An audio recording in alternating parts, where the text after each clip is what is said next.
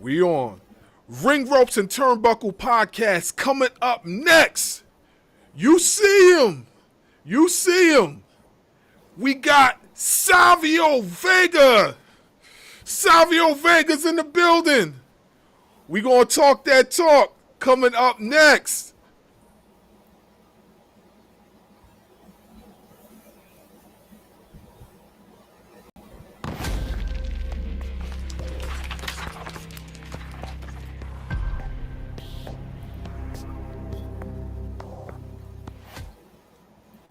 Following podcast scheduled for one fall.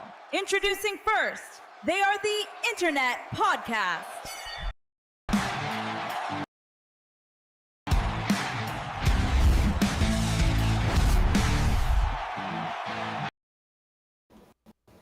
We back. Make sure you like, share, subscribe to the channel. Hit the notification bell for more content. Yes, sir. We got the legend.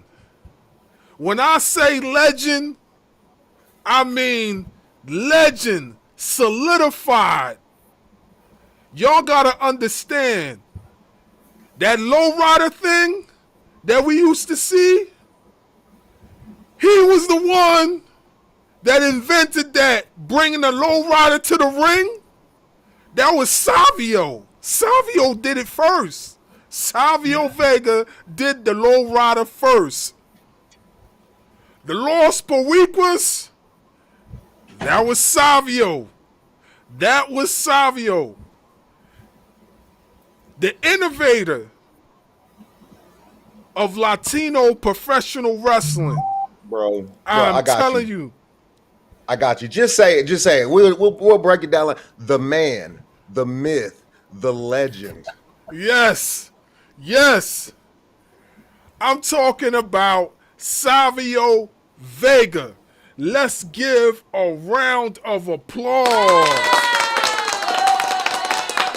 Thank you, guys. Thank you.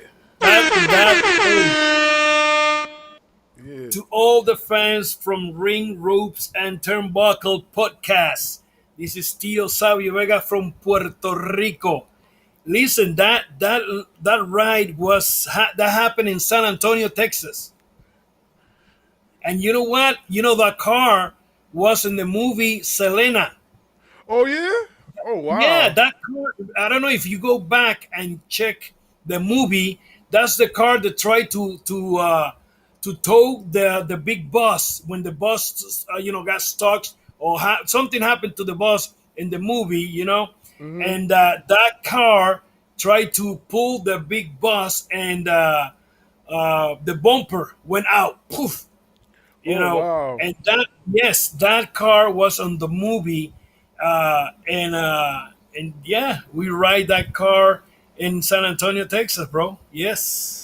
Wow. See, I didn't even know that. I know one of my childhood memories was seeing that lowrider pull up to the ring. And I'm like, yo, Beautiful that I was like, that was cool because we never seen nothing like that before. We never seen a car pull up to the ring like that and been back. So then I was like, wow, that's interesting. But I didn't know that. I didn't know that. So yeah, that's a little story on that, on that car.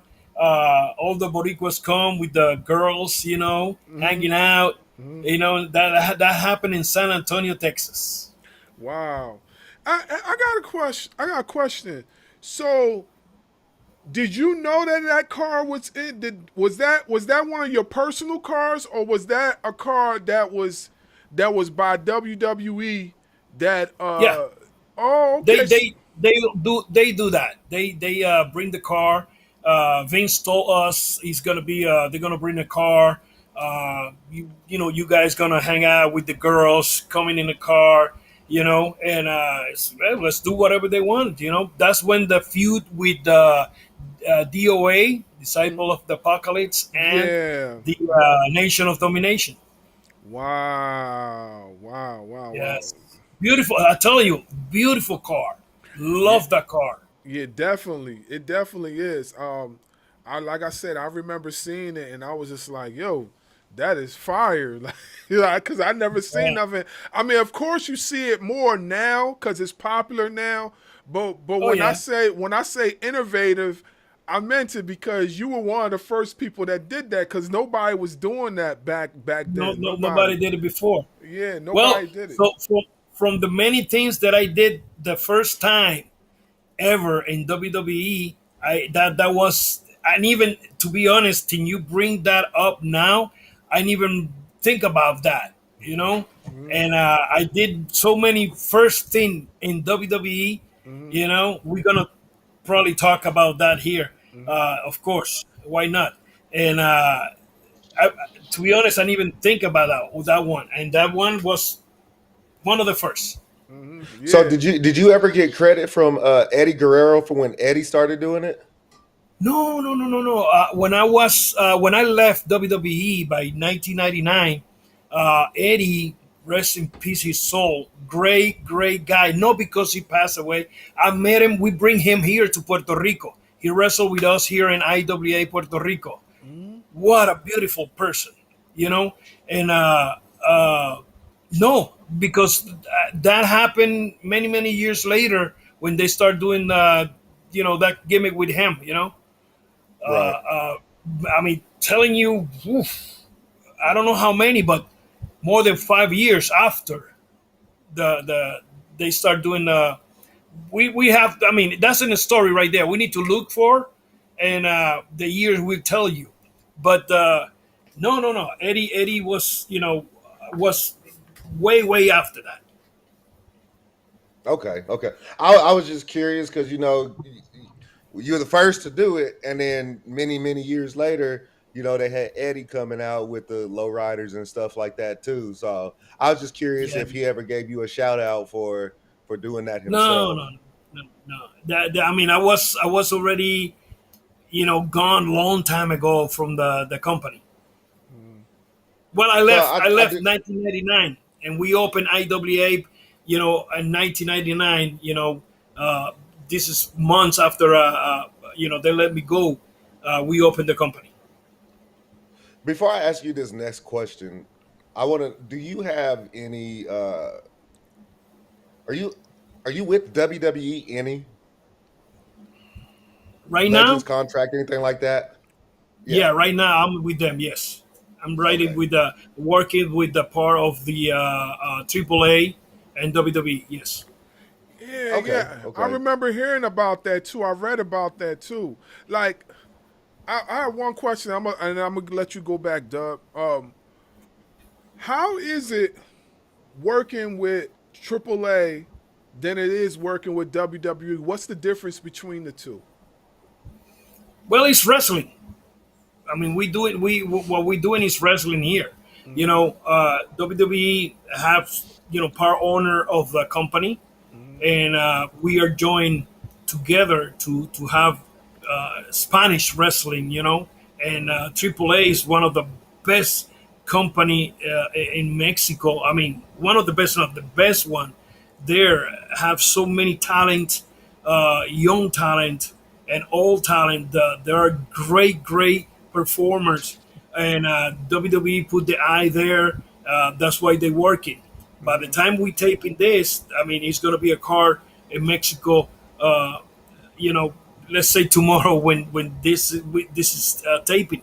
Uh, so they joined forces to have the wrestling in Spanish. Why not do it with the best company in Mexico, AAA? You know, uh, like I say, they have so many talent. Let's see where this joint take us. The 2026 will come with new stuff. We need to watch. Well, I'll let you go. Go ahead, Dub. I got a lot of questions about AAA, but go ahead. Go ahead. Go ahead, So, Dub. well, speaking of AAA, I was going to ask a different question, but you brought up AAA, and then you have your company, the IWA. Are you guys going to ever come together and work together? Well, you never know. Probably hope that happen, but right now the main goal for the WWE and AAA is to make that brand, that joint. the best one in Spanish. And of course, they're gonna do it because it's a lot of good minds in this joint working together to be the best. I mean, WWE not gonna go to do something bad with a company like that. Of course, they're the number one company right now in the world. So I believe it's gonna be the 2026 gonna be the great joint Spanish market. I mean, you got South America. I mean, even just Mexico, you know, and, and let's see. I don't know, maybe happen or maybe not. When that company come to the United States, AAA in the Spanish markets, brother, that's gonna be big. What is your relationship like with Conan? Conan, that's my buddy. Uh huh. Oh, Conan, I love Conan, brother. How? Listen to this. How I met Conan was by phone when some what is it called? Year I don't know, but was it in 97, 98 maybe? Something happened here in Puerto Rico. They have like I don't know how many Mexican guys working here with the other company, WWC company. Something happened, somebody called immigration. And they come and took the guys out, arrest the guys and took them out of Puerto Rico. What happened? The company, whoever, another company, somebody says, oh, that was Savio Vega. So my name come out, and when I hear the news that Connor was saying that I did that to the guys or whatever, Victor Quinones, rest in peace, his soul, he say, hey, Connor is saying that you called immigration. And I said, did I call who? Immigration for what? Oh, they arrest the guys. I didn't even know that happened before when he told me, because, hey, I do my business. I'm straight with my business. If you do whatever you want, that's your business. When you hit the wall, it's on you, not on me. So I get the phone and I said, I need to talk to Conan. And we got on the phone and we start with the left foot. Let's call it that way. And on the phone, we straight everything. We put it, the right letters in where it belongs. And right there, I didn't even see him for many, many years. Till we see one time face to face. Even I bring him to Puerto Rico a few times, when he was wrestling. And we sit down and talk eye to eye. Because I don't call nobody. I don't have to stooge nobody to, hey, they're going to make a living. They have to make some money to bring money and food to home. So why going to be an ass to get on somebody's, business?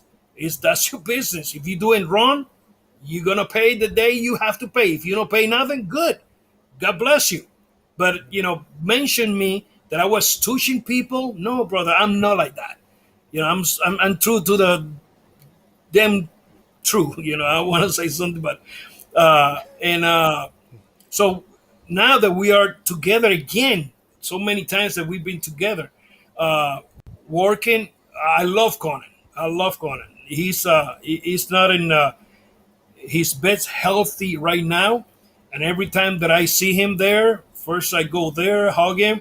You eat? Let's go eat. Let's go do this. You feel better? This last time that I see him about 2 months ago, he looked better, a lot better. The time before he looked a little worse, but last time he looked a lot better. And I even took it to the catering. Let's go eat. And he said, no, I just want to eat this. I said, you son of a gun, you have to eat now. I take care of him. He's a great guy. He's a good mind for the business, man. But Conan, I love him, to be honest. He's part Puerto Rican and part Cuban. So, hey, I love my people. Real quick before I pass it back on to my brother. I want you to talk to us a little bit and give a shout out to your home country. Talk to us about Puerto Rico. To who? Uh-huh. Talk to us about Puerto Rico. Tell me again. So I talk to you about Puerto Rico. Hey, I born and raised here. love my island. I never left my island. When I was working with WWE or WWF, by the time in '94 to till 1999, they mentioned to me they want me to move to the states. I said, brother, I say, you want me to move to the states? You got, this is what I tell them. I said, you got Owen, God bless him, and Brett flying from Canada. I mean, Puerto Rico to United States, let's say 3 hours and a half, to New York, Miami, 2 hours and a half. So, I mean, you got me there. If you want me to move over here, let's talk about money, because then I have to pay rent or house in Puerto Rico and rent in United States too. So we need to talk about money. And the company wasn't big time, in that time. So they say, okay, stay here, stay there. So they fly me every week from Puerto Rico. Sometimes I fly home, let's say on Tuesday, and Wednesday or Thursday come back to the States. And maybe one time, one day home, and go back home, go back to the road again.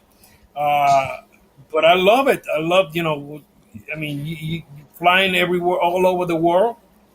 You have fun. You got paid for, what you love, which is wrestling, and see the world for free. Hey, I was happy. Absolutely. I have a few friends that are from Puerto Rico, and they Oh yeah. Oh, so let they me absolutely. hold on. This is sorry. Sorry. That's in the part.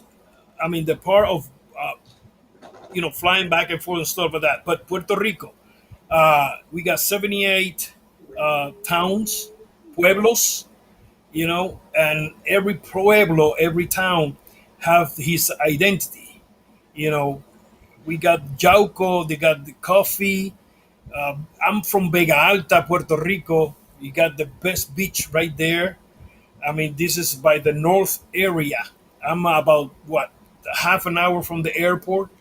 You got Ponce in the south area. You got Cabo Rojo with the beautiful beaches too. I mean, brother, you name it. If you guys never come to Puerto Rico, I invite you to come down.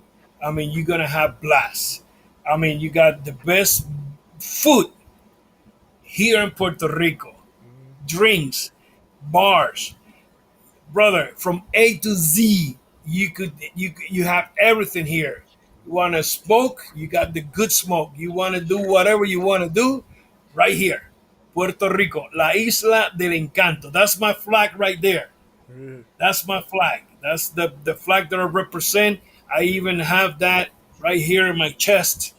That's my flag, and I represent Puerto Rico 24/7. I'm not shy and never been, and even when I was wrestled right there, that's the picture that you guys have. Look at the flag right there. I was proud to use it to wrestle when I was working, performer in Madison Square Garden.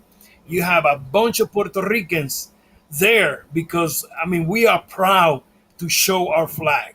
If you see the picture right there, that's the best with the right here. Look at that. That's Yeah. wait. See, Yeah. I remember that. Yeah, I remember that. listen. I got this. I was today. I have it right here next to me because today my brother Dennis called me the other day and say, "Listen, I have this friend.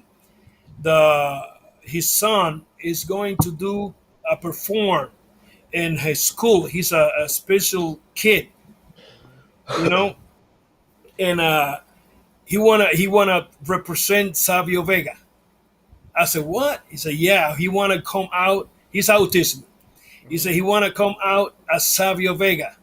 I said, "Well, let's do something. I'm gonna give him my bat. I use a bat, I said like, I'm gonna give it the bat and my vest so he could come out and show. So I show up there today as a surprise for him and everybody. And So the kid is performer, with his teacher, and he did the Savio Vega, My Way or the Highway, which is A Mi Manera o Pa la Calle, in the school. And you have all the teachers, all the kids right there looking at him.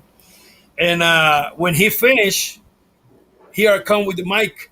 No, it's gonna be My Way or the Highway, and he was like, oh my God, he's in shock, So he was using my vest and my bat, because Dad tell him that, hey, Savio sent this to you so you could use it, but he don't know that I was there.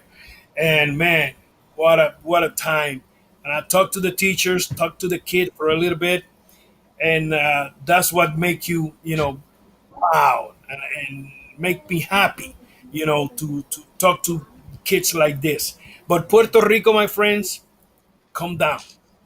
Come down. With the day you decide, come with your family down here, give me a call. I'll show you a few places. Hey, I'm not gonna bother you. You just go there. We got the Yunque. I mean, Yunque is a big mountain, man. You have to climb it all the way to the top to see the whole city. You got best thing here in Puerto Rico.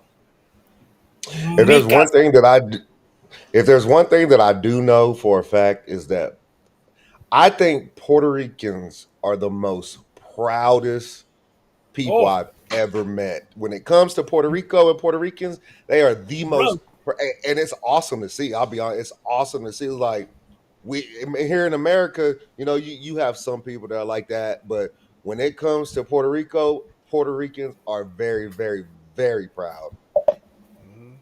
You could see the guys in the States, everybody with their flags or whatever. But you see a Puerto Rican, we are proud. We are proud, to be honest. Our flag, we love our flag. It's a history when the United States took over Puerto Rico.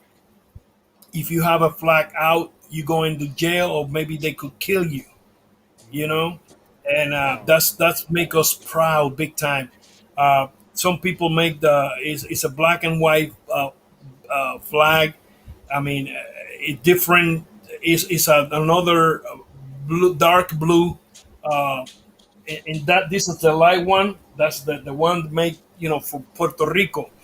Is a dark one, a dark blue one, which is made from the United States because they don't want the Puerto Rican use that flag. But we are proud. Any Puerto Rican flag, we represent that with the heart. It's awesome to see. It really is. I've been to New York City and been to the Puerto Rican Day Parade. Oh, so much fun. Much fun. That was so much fun. I know you married. You guys married or whatever, but and also you got beautiful ladies here in Puerto Rico.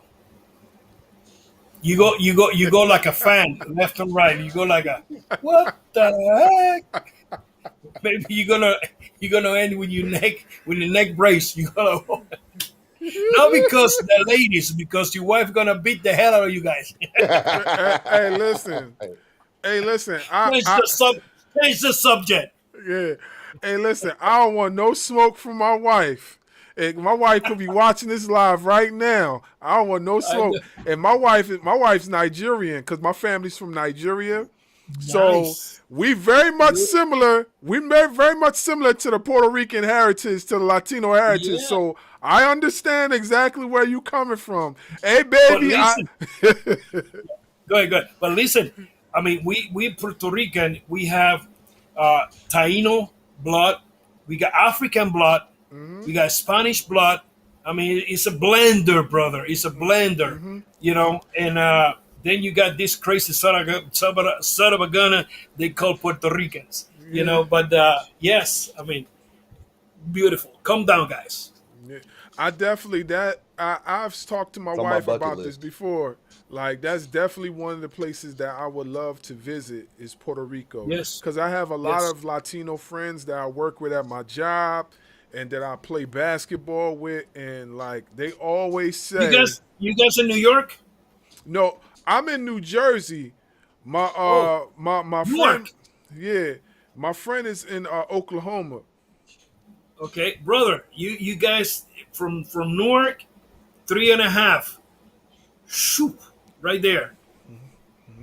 It's Three and a definitely half. one of the places that I definitely would like to visit. For sure. Yes. For sure. I definitely would like You're to not gonna visit. regret. Oh, I trust me, I know.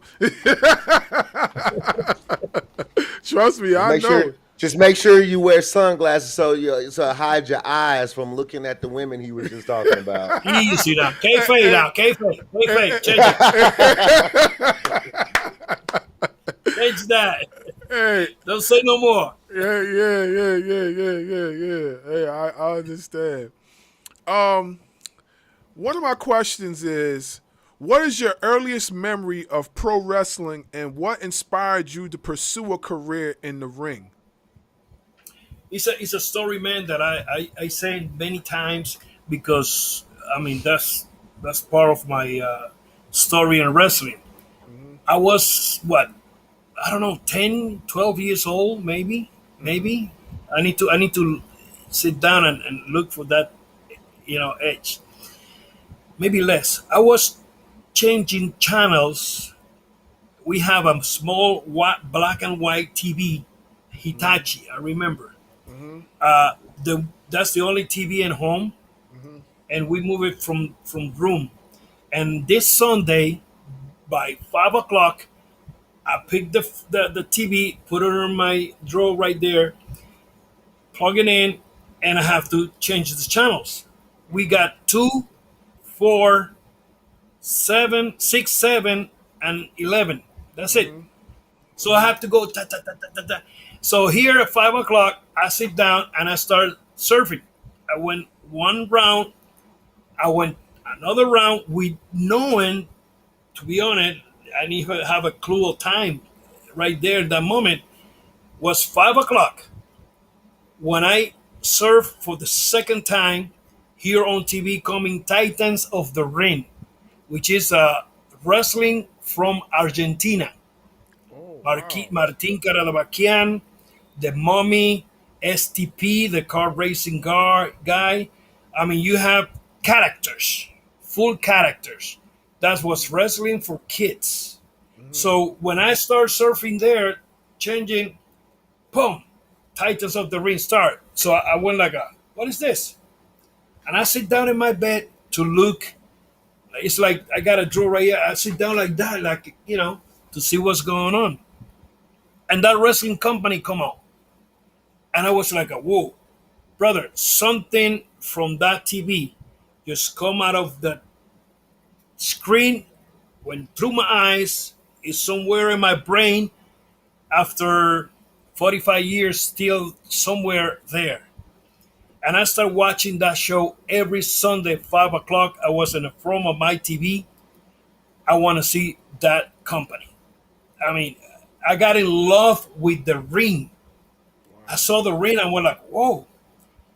Then I started seeing the characters, the story that they tell in the ring. And I love that. From that point on, I was addicted to wrestling. I don't know. In school, I was telling my friends, "Hey, you have to watch this wrestling here, blah blah blah." And this is 1974. Here that I was. Let me see. Yeah, I was 80 years old. And my friend says, "But it's another wrestling in Channel 4." I said, "Channel 4? Yeah, Saturdays at noon." I said, whoa, okay, I want to watch it. Here I am, watching that wrestling show. Was WWC.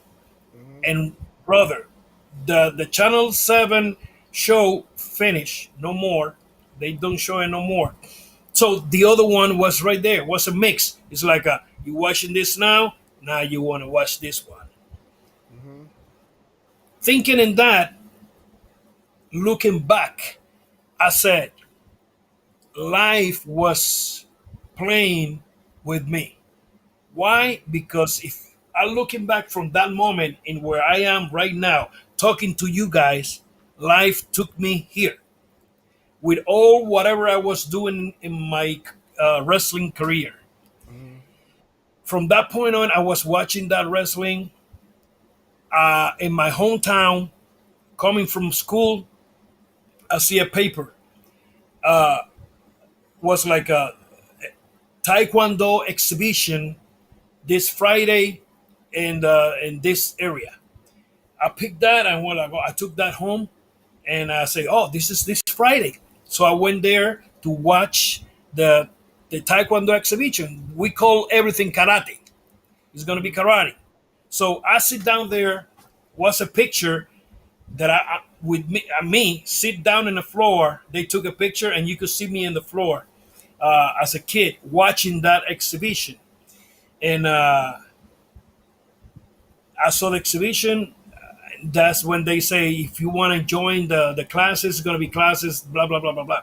So I went back home and talked to my dad, talked to my mom. I want to do this. I want to do this. I want to do this. So I talked to my grandma, God bless her. And they signed me. So I was going to the Taekwondo classes 1 block from my house, Monday, Wednesday, and Friday. Wow. And now the teacher, listen to this, my Taekwondo teacher, Jose Capo, he don't have where to the people from the building said you cannot have the bag, leave it in here. You cannot leave the stuff from the Taekwondo. You cannot leave it in here. So my dad make a trade with him and say, well, listen, we take all that home, but you give classes to my kid for free. So he say, well, that's a deal. And brother, I was going to my taekwondo classes for almost 5 years. And I was carrying the bag and the other two bags, one for the gloves and faces and whatever to the classes, and I was climbing three floors every time, 3 floors. I become black belt in Taekwondo, learn the style, all that stuff. That's what I use when I become a wrestler. A friend of mine, Junior, is stretching with me this Friday. I remember it was a Friday, and I asked him, brother, what doing? You left, because he said I left exactly 1 year today, last year, and he says I asked him, what were you doing? He said I was in wrestling.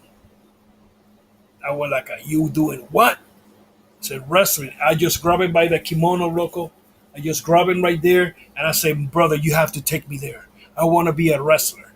He said, yeah, okay, but let me go. I was tight. I just grab him. I said, you have to take me to the wrestling. So he took me to Dorado. Dorado is the next town next to mine. Hey, and I have a car. I'm 15 years old. And brother, I was going over there in bicycle. I was crazy. Something was telling me, go, just go. And a friend of mine, then later he was transing me, taking me there, blah, blah, blah. I was given to my neighbors $2 for gas.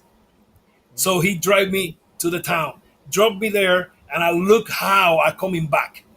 One time I come back by foot. I never told my dad, my parents. Dark places, small, I was a kid, 15, 16 years old, and I just went there. Then from there, every time they have a car, yes, they ask me, you want to wrestle? I say, yes. We're going to wrestle in Naranjito, what's in one of the towns. Who going to take me? I'll pick you up. Let's go. We're going to go to Orocovis, to another town in the mountains. Let's go. Everywhere they say it's going to be wrestle and they need me, I was there. Till one day, Isaac Rosario, old timer, rest in peace his soul. He saw me in his hometown. I was wrestle as a tag team with my supervisor in wrestling. That's another story. How I became close to the wrestling. I was working as a security guard One time I saw one of my uncle. He was working as a security, so start calling him all the time. Hey, can I go with you? Can I go with you? He said, yeah. Tell the boss one day, say, hey, you coming with him all the time. Why we not put on a uniform and we put it to work?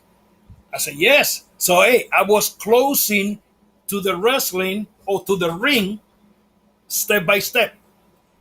So when Isaac Rosario saw me wrestle in his hometown, he said, hey, I'm going to talk to Carlos because, I like you perform. I said, good, let's see. A friend of mine's right there at the dressing room, they say, hey, remember me? Talk to me.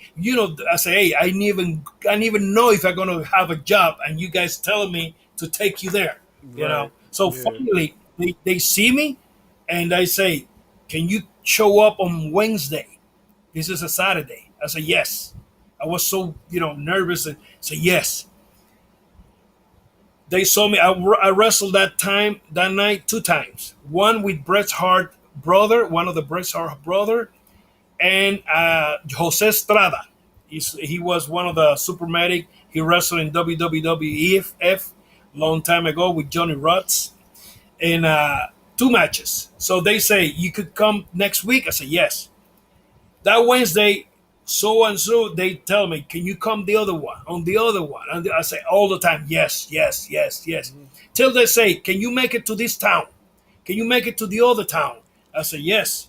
So I was going, step by step, learning. My English was worse than now. I didn't even know. The only thing I know about wrestling was the move. So I was learning. I got Eric Embry as my booker. Luke Williams, the sheepherder, he was one of the bushwhacker. Luke, he was one of my bookers too. Leo Berg was one of my bookers here in Puerto Rico. Telling you, step by step, I was getting close and close to that ring when I was a young kid. Love every second, love every time that I was learning, without knowing that wrestling gonna take me to the bigger stage in the United States. Took me to Japan. Abdullah the Butcher took me to Japan as his partner with one of the biggest tournament with Baba office, the All Japan Pro Wrestling. I have the opportunity to work for Inoki office too, New Japan Pro Wrestling too. To be honest, I'm blessed. I never worked for WCW. Never. I was my first territory was Bill Watts, Mid South Wrestling in Louisiana. And funny story of what happened there. Luke Williams, he say, I was El Corsario with the mask. He say, listen, kid, we're gonna send you to Tennessee. I was so excited, but by that time the territory is still working. Right. So we're gonna send you to Tennessee. I'm happy. So I went home, and I said, I was living with my parents. So I said, listen, they're gonna send me to the United States, to Tennessee. And my dad just went, no way, you don't go over there. I look at him like, why not? There are races there. You're not going over there. You don't speak English. You're gonna have trouble there. I'm like, I'm going. In my head, I'm going over there. He said, no, you're not going over there. I'm like, yes, I want to go. Luke talked to me, and he said, okay, Tennessee's canceled. I'm like, oh, but you going to Louisiana. I'm like, okay. So I went back. I said, Tennessee's not going, knowing that my dad is going to be happy. I'm going to Louisiana. He said, that's even worse. They're going to disappear you there. You say that? I'm like, God damn. I said, no, I want to go. It's wrestling. I want to go. So he was like, touchy by that. You're Puerto Rican. He give me a speech. You don't speak English. You're not gonna, disinvolve there yourself over there. It's gonna be hard for you, brother. I wait till he went to work. I got already my ticket, and I jumped on my plane and went to Louisiana. I just went. My mom now, so I went there. Uh, when I arrived in Baton Rouge, it's a small airport. The bag was still in New Orleans. I flew to New Orleans to Baton Rouge, small airport, no bags. I hear this lady talk to in Spanish, and I just grab her and I was, excuse me, what happened with the bag? This is in Spanish. She said the bags is coming in the way in the next plane because it was full, blah blah blah. All right, so I wait till the bags arrive. I arrive myself there about 3 o'clock. The bags arrive about 5 o'clock. I'm happy now. I got my bag. Till nobody picked me up. I mean, nobody was there to pick me up. So I have to wait till almost 2:30 in the morning. I call Luke Williams, Puerto Rico time, to talk to him. No cell phones, no beepers, no nothing. You have to go and dial, put money, and call. So I wait for him, checking the time. He was in Ponce, which is the south area in Puerto Rico. Drive 2 hours back to San Juan. So when I call him, I say, mate, nobody picked me up. He say, relax. They are in Alexandria. They're gonna pick you up. Who come to pick me up? Presley Smith, Jake Jake the Snake's father. Wow. So I was the airport was so small that midnight they closed the airport because no more flights.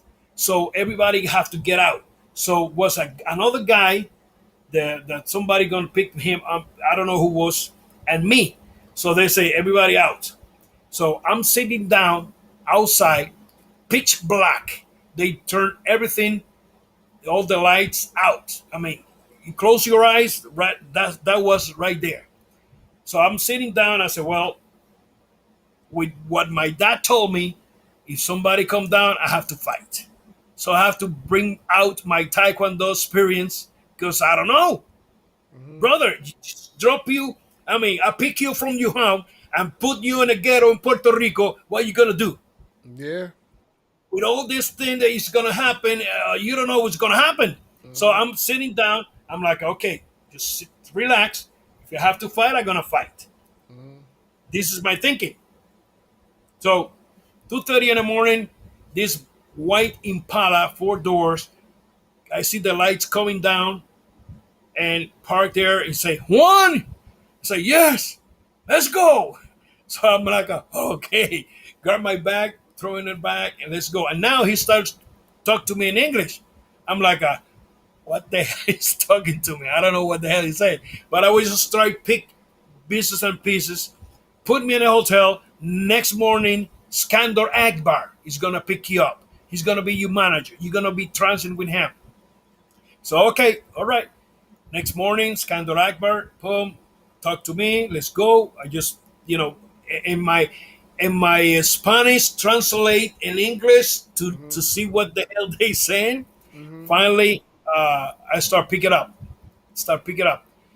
That's when I met Kamala James, beautiful person. Ray Candy, I was traveling with him and Skandar Akbar and me. And we have fun, man, learning. I met Ted DiBiase there.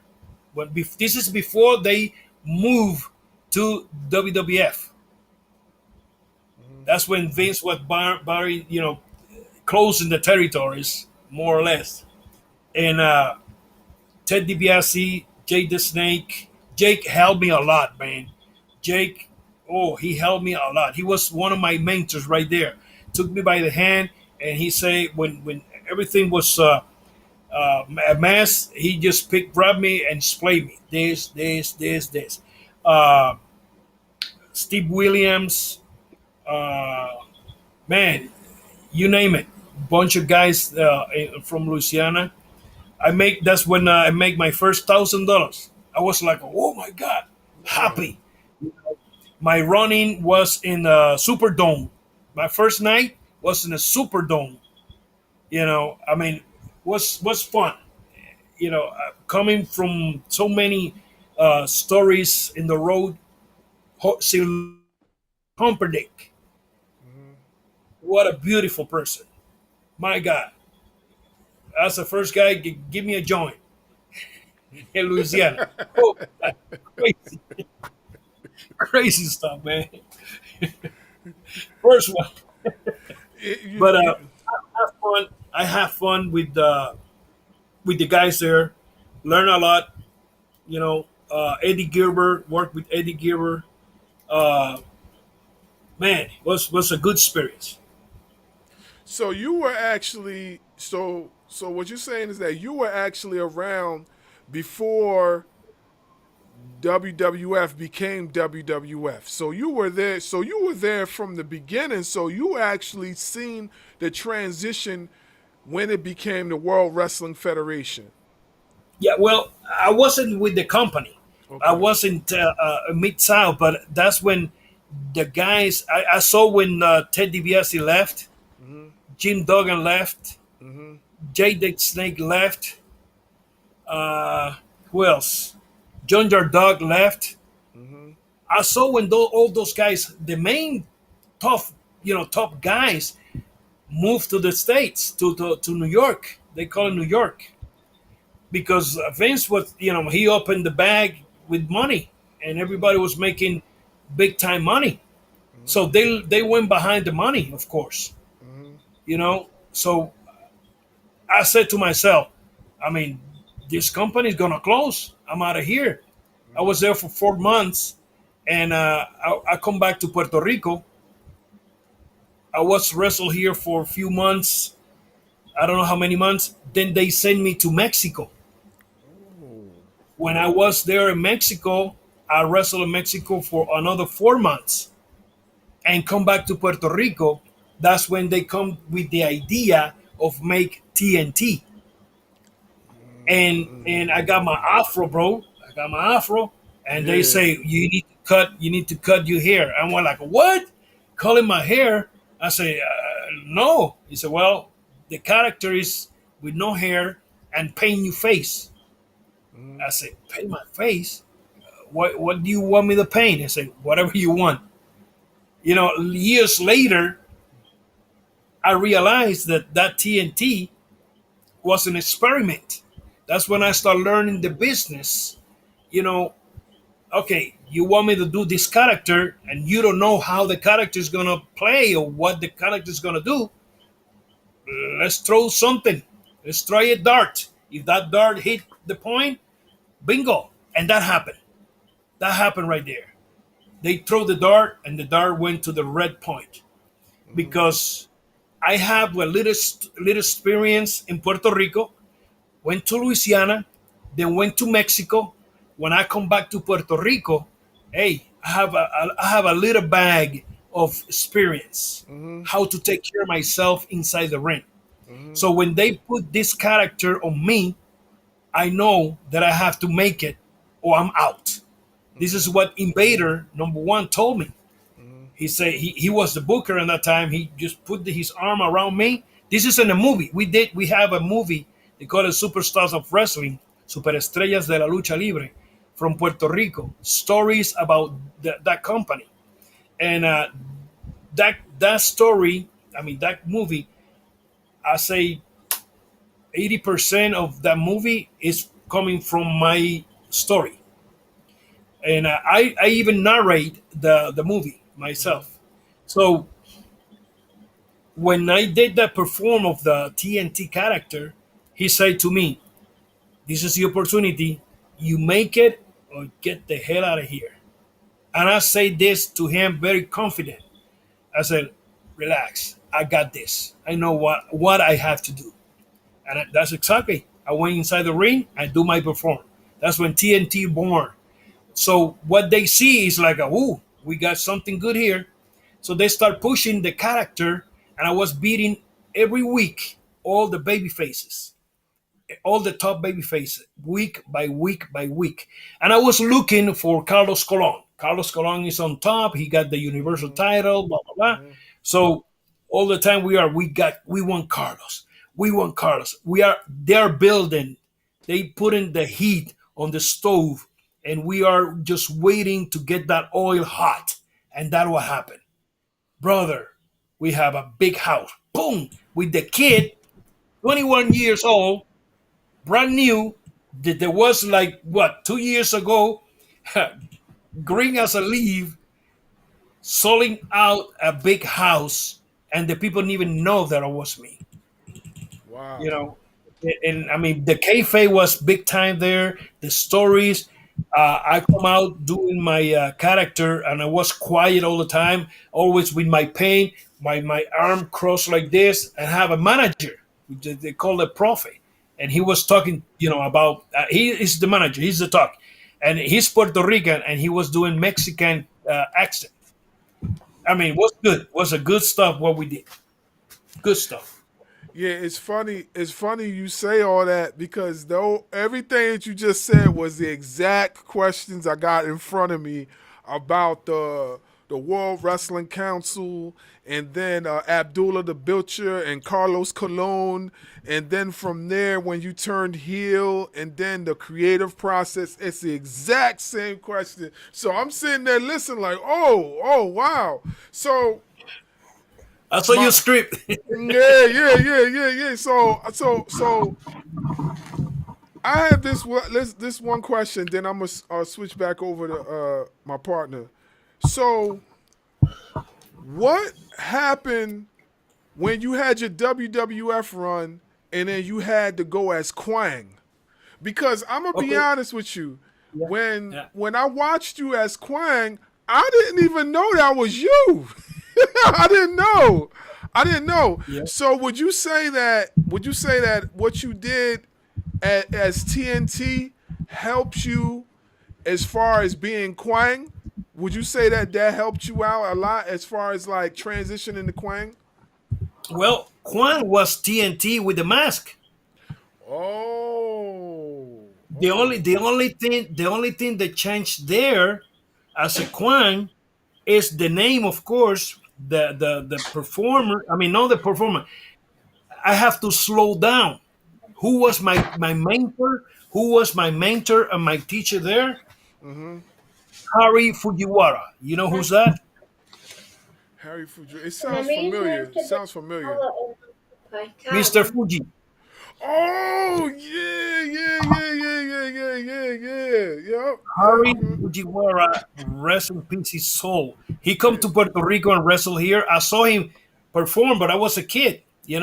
So he was my mentor right there, Uncle Hari, Uncle Fuji.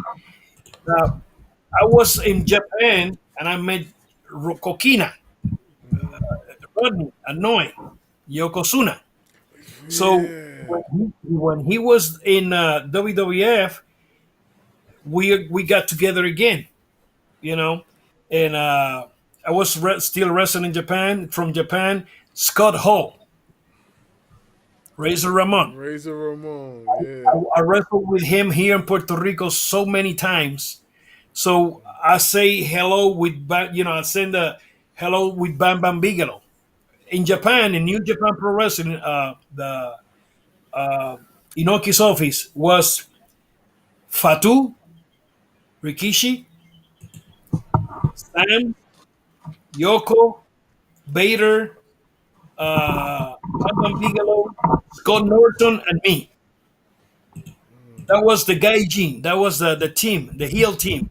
So when Yoko went with WWF by 93, something like that, yes, 93, Bam Bam was doing something with them too. So I said to Bam Bam, tell him Skull Hulk, because he was starting as a Razor Ramon. I say, tell him I say hello, man. That's my friend. We beat the hell each other here in Puerto Rico many times. We have many matches. So he say, okay. So next tour, Bam Bam Bigelow show up in Japan, and he said, here, he gave me the paper, Scott number. He said, call him next Monday. That's when he going home. I said, okay, that's what I did. So I just called him to say hello. He said, brother, I talked to the old man. They're going to give you a tryout. I said, what? I said, I don't call you for that, but man, thank you. I just want to say hello to you. So they flew me from Japan. I mean, I told Japan, flew me to New York, not to Puerto Rico. And they're going to fly me to Puerto Rico. Masao Hattori, he said, you going to New York. I said, well, I'm gonna do a tryout. I said, they're gonna pick you up. You're gonna work for them. I said, well, I don't know. Let's see what happens. I said, I know. He got more experience than me. He was looking something that I was looking. So yeah, exactly. They picked me, they give me the job. So they put the name Quan. They don't want to use the painting because you got LOD using paint. Yeah, So right. New Kai, I mean, that Legion character of is in Doom. Puerto Rico. Pardon me? Legion of Doom. Yes, that character of TNT is in Puerto Rico. They want to do something different, so they put me under the mask as Quan. I request have the eyes dark because I say I'm not Oriental, so you're gonna have a Quan guy. I mean, Oriental guy with no eye, Oriental eyes. Let's call it that way. In the ring. So okay, I designed the mask. I still have the prototype mask.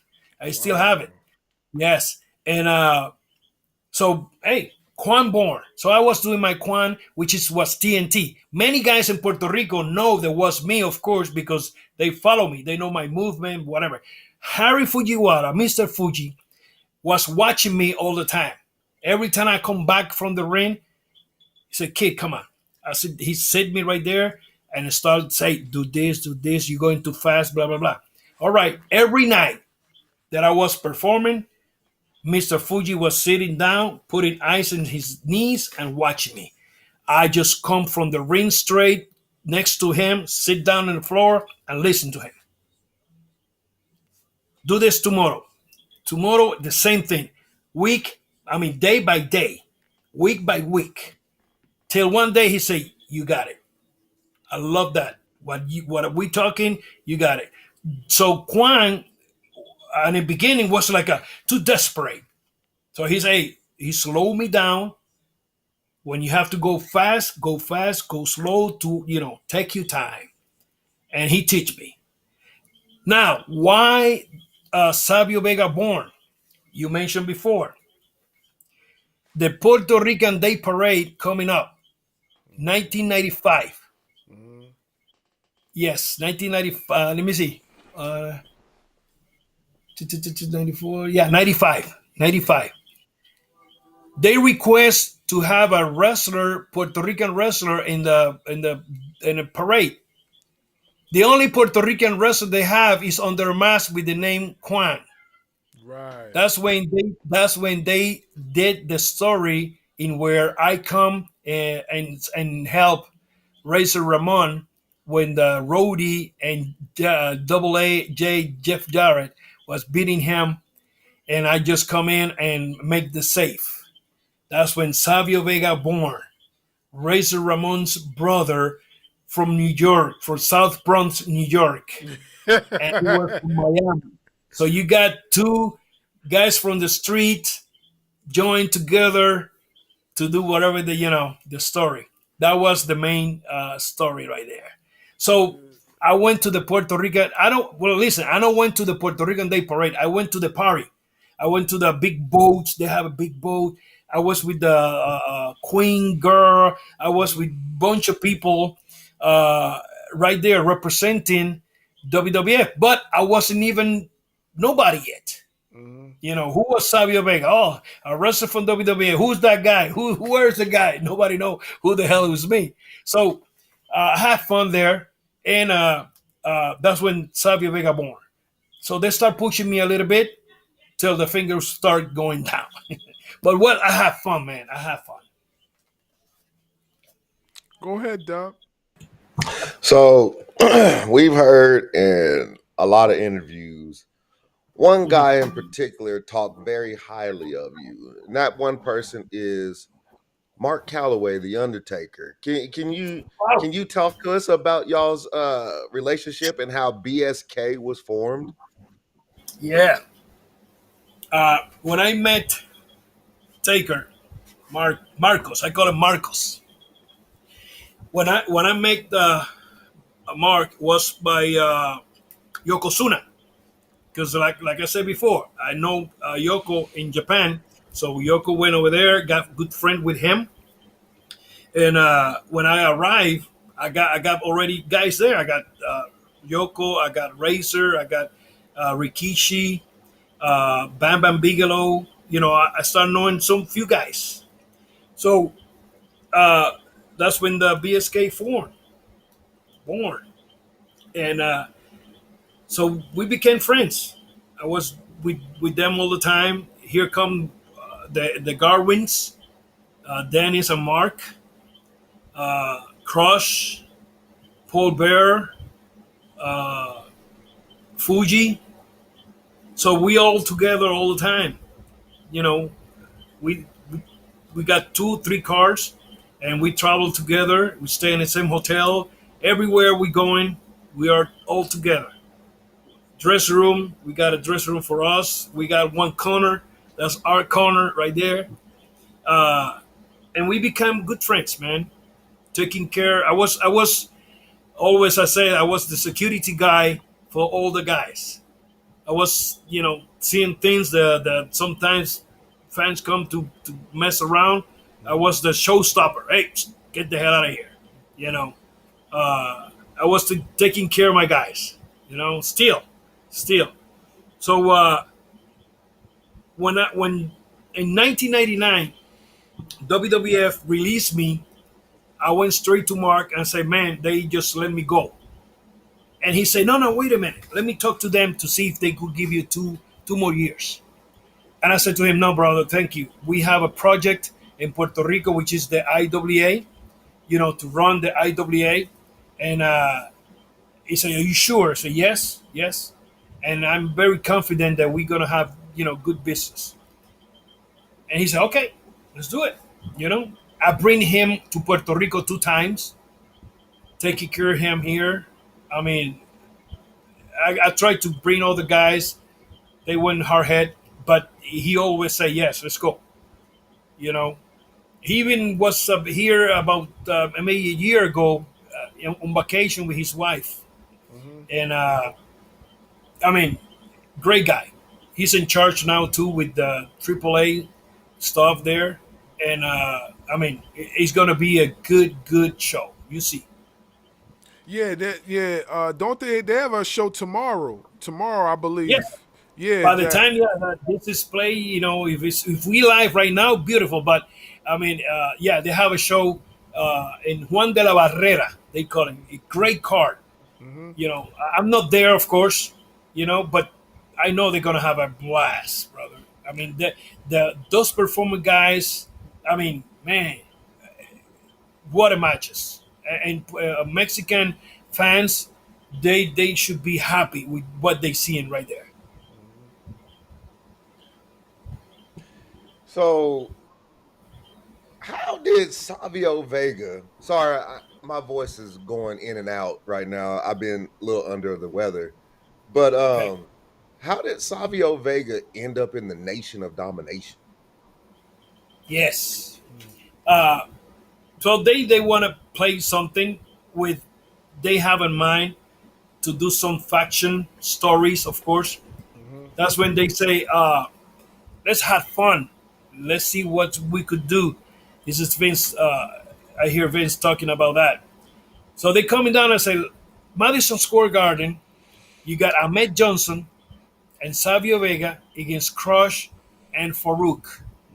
Let's turn Savio Vega heel against Ahmed Johnson.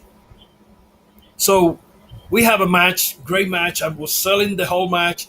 Tag Ahmed. Ahmed make a big comeback, and all of a sudden he was doing something, and just calling him, tag me, come on, tag me. Here he comes to tag. That's when I choke him on the top rope. Oh my God! You got all the Puerto Ricans right there in the house going like it's like what the hell happened here? So I just come in and we start beat the hell out of him. And that's when Savio Vega became Nation of Domination.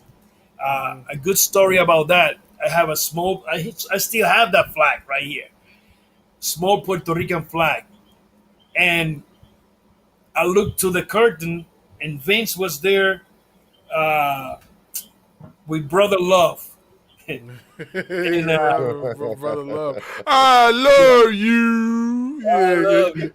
But he wasn't, of course, he wasn't in character, and Vince looked at him, and he went like this, like a rip the flag, And I look at him, and I went like a no. I said to the boss, I don't want to rip my flag. I said, no way. What I'm thinking is, I don't know if I do this, who's gonna be the crazy son of a gun out of the door when I fly? When I walk out, they're gonna shoot me dead. Right. I don't know. I'm in New York City, Right. so that's what. To be honest, that's what I was thinking. And I say no. Here come Bruce Pritchard next to the apron, and he start hitting the ring. He say, "Rick, the goddamn flag!" And I look at him. I say, "No way!" And I give it to Ron. I said, "Ron, you do it. You break it." So Ron tried to break it, but that's like a polyester. It's hard. He cannot break it. That's hard to break, And he tried. I mean, it's impossible to break it. And Vince, when I look back, Vince already inside. He was pissed. Next day, we doing a mid-alliance. We doing Raw, and I was sitting down next to Mark Merrow. We are sitting on the boxes talking, and here comes Vince, straight to us, and he just look at us. I look at him, and he say, "Are you still working here?" When he said that, he just keep walking. He just keep walking that, And Mark say, "Did he say that to me?" I said, "Well, he wasn't looking at me." I said to him, but that was to me, But he don't fire me, of course. I mean, I never talked to him about that neither, I should do it, but I just shine, And but what that story, to rip my flag, and I say, no way. I respect my flag. I love my flag, and then the what is it called? Join Nation of Domination. I love that Nation of Domination. I love to be a heel. So I was in my what is it called? In my nature. I was in my nature right there. I wrestled. I did the. Yeah, that was the second match I did with Undertaker. The first one was at Kwan. That's in where I throw the green mist on him, and he throw it back to me, and pin me. And then we wrestle the second time as a Nation of Domination. Now, as Nation of Domination, I have the first taste to how work with him. And I was shying the first one, but the second one, I was like more open. I was like, I know how to work with Taker. And we have a hell of a match, to be honest. Then later we did the Betrayed, and where Ron fire us. That's when we bring the Boricuas, Castillo, Miguel, and Estrada. And man, we have fun. We got fun. Got my guys. We have a minivan, rent a minivan. We have Puerto Rican salsa. We're singing. I mean, we're happy. Have fun. Yeah, I got one small thing. One of the Boricuas, did he wrestle in WCW? One of them, right? Miguel. Yes, Miguel, the hairy guy. Yeah, I remember seeing him. He had a match, I believe.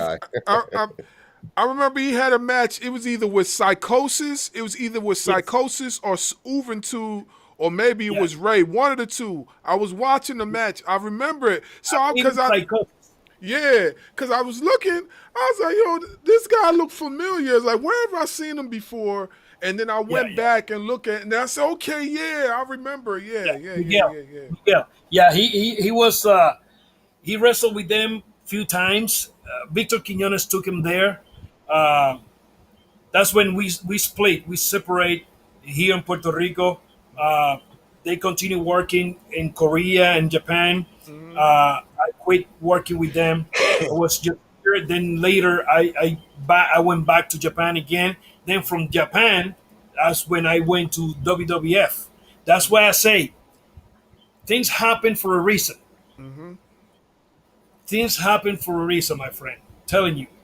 That's why Absolutely. we are talking here today, because many things that I throw the rock to hit this point, but don't hit that one because that's what I want. Hit that corner, let's say, hit that corner, but what happened? The air or whatever, the power that I throw it went to the side, hit different places till hit the point in where I want it. I want it now, but the time wasn't for me in that moment. The time come later. Am I? Did I regret few things? Well, I could say yes, but at the same time, thinking, I said no way, because if that happened that way, I'd probably be dead right now Right. or out of Right. wrestling. Right. And thank God I'm still here. It's a blessing. It's a blessing. I always Yes, me and my friend, we always talk about that all the time. The the things align for a reason. The universe aligns things for a reason. You know, I believe that.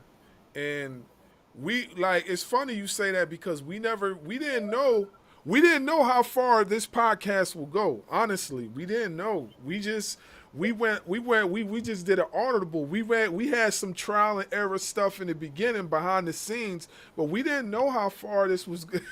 He looking, he giving face because he know like we had some trial and error things in the beginning, so we didn't know how far this was gonna go, but my friend and I, we were determined to make this work somehow, some way, and we were Good. determined to basically get into the know, like not just put out wrestling content and talk about news. We wanted to really get in depth to the wrestling culture because we're wrestling connoisseurs. Like we really study the art. Like we watch it a Nice. lot. Like Beautiful. my wife gets tired of me watching wrestling. Like I watch wrestling literally. That's the only thing I watch. If it's not wrestling, it's Yeah. anime. If it's not anime, it's basketball. That's it. I don't watch nothing else. So Good. like our passion for this is like through the roof. Like we really wanted to get in depth.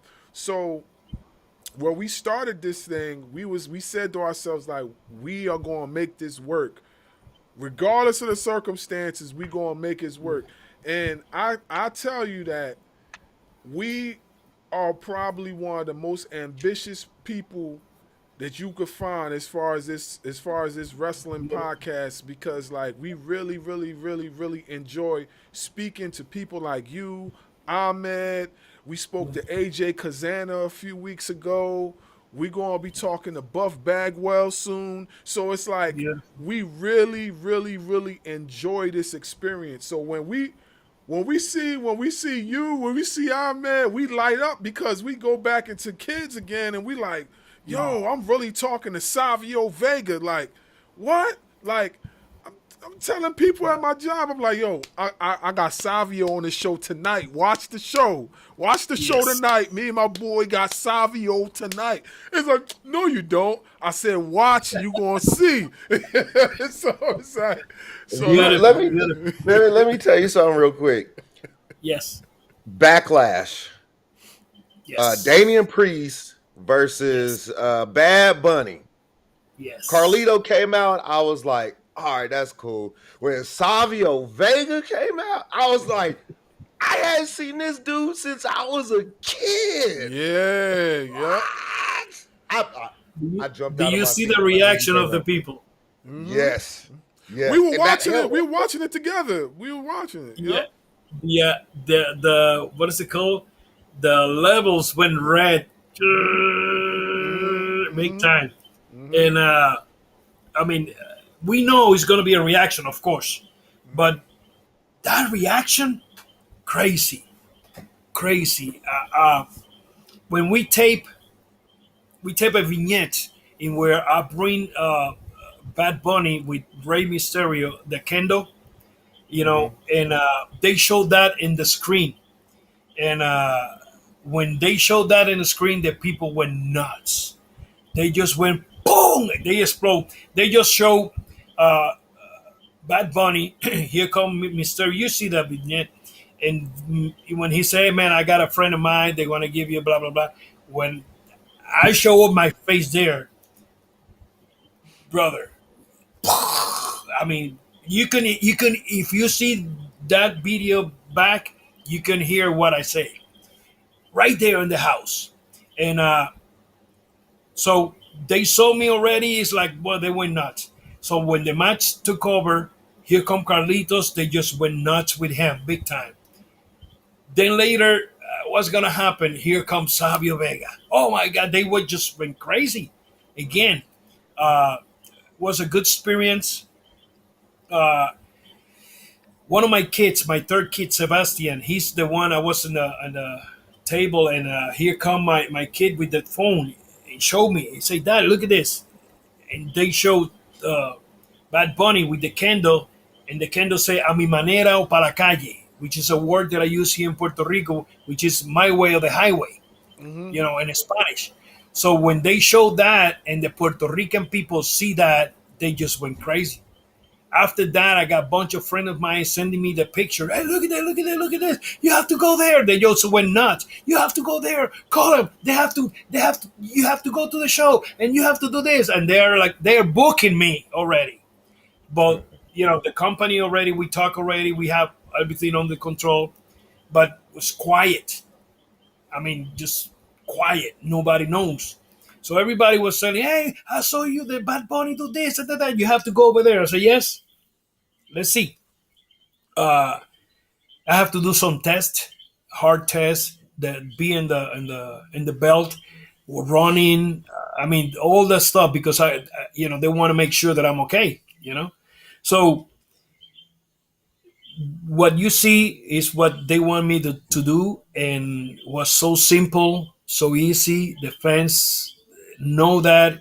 I mean, happy to be in that position that day. Thanks to Damian Priest and Bad Bunny. They are the mastermind of that. They Bad Bunny requests that they want Tio Savio Vega, and they want Carlitos there. Plus, they have Carlitos in line to sign with them too. And happy, to be honest, happy with what happened there. Uh, somebody mentioned to me, say uh, they compared the explosion of the people with when Stone Cold and The Rock come out and say something. I said, well, you cannot compare that with my performance right there, because in their position they are building that. I just come out after 20 years one time, and boom, explode. So they're happy. I something funny. Uh, I went to they call it the bump. I believe it is one of the Yeah. talk. Is still doing it. Uh, so they do an interview with me. I said, Savio, we happy to have you. Blah blah blah. I say, how you feel to be the first one to beat the Rock and the Stone Cold? I said, well, feels happy, but if you give me the millions they make, I'll be even happy. You put me over and give them the money. What the heck? I could do the job and give me the money. So what's good? Happy for the guys. Happy with what they done. One of the, I believe, was the first match The Rock did. Was his dad, God bless his soul, Rocky, and The Rock. And this is in Bahamas against IRS and me. First match, and I remember something happened in the match. The was, let's say, was a reverse hip toss, whatever, and Rock was messed up. Something happened there, and he forgot for a second. So we call it, and we finish. We come last in the dressing room. Uh, IRS and me, and here he's Rock. He was pissed, and his dad was telling me, "Hey, relax. Don't worry about that." He's like, "No, but I want to perform this. I want to do that." So when I come in, I see the argument. I said, "What's going on?" He said, "No, he's just mad because he missed that spot." I said, "Brother, forget about that. That's a simple spot. The finish is the most important thing in the match. So don't worry about that. That happened. Take that out of your head and throw it in the garbage. That's nothing. The finish come out good, that's the most important thing. Plus, was nobody in the house. I mean, that was empty arena, to be honest. And hope he learned that from that. I didn't even see him in a long time after that. But I mean, look who he become.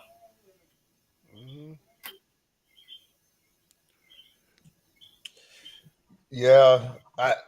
So what are the chances? Are you trying to get another show back to Puerto Rico? Well, we have the company here. I still running the company, IWA Puerto Rico. You could watch that company every Saturday at noon. You could go on YouTube and type IWA. See, IWA Puerto Rico. I got it right here too on my. I don't know if you could see it, but it's IWA Puerto Rico right there. IWA Puerto Rico, and every Saturday is a new show at noon. We got local television. Also, is another channel they call it Teleuniverso. You could see that in the States too. It's a show at 4 o'clock. That show you could see it in Dominican Republic and different parts of the United States too. Plus the best one is for IWA Puerto Rico on YouTube. You go there, subscribe.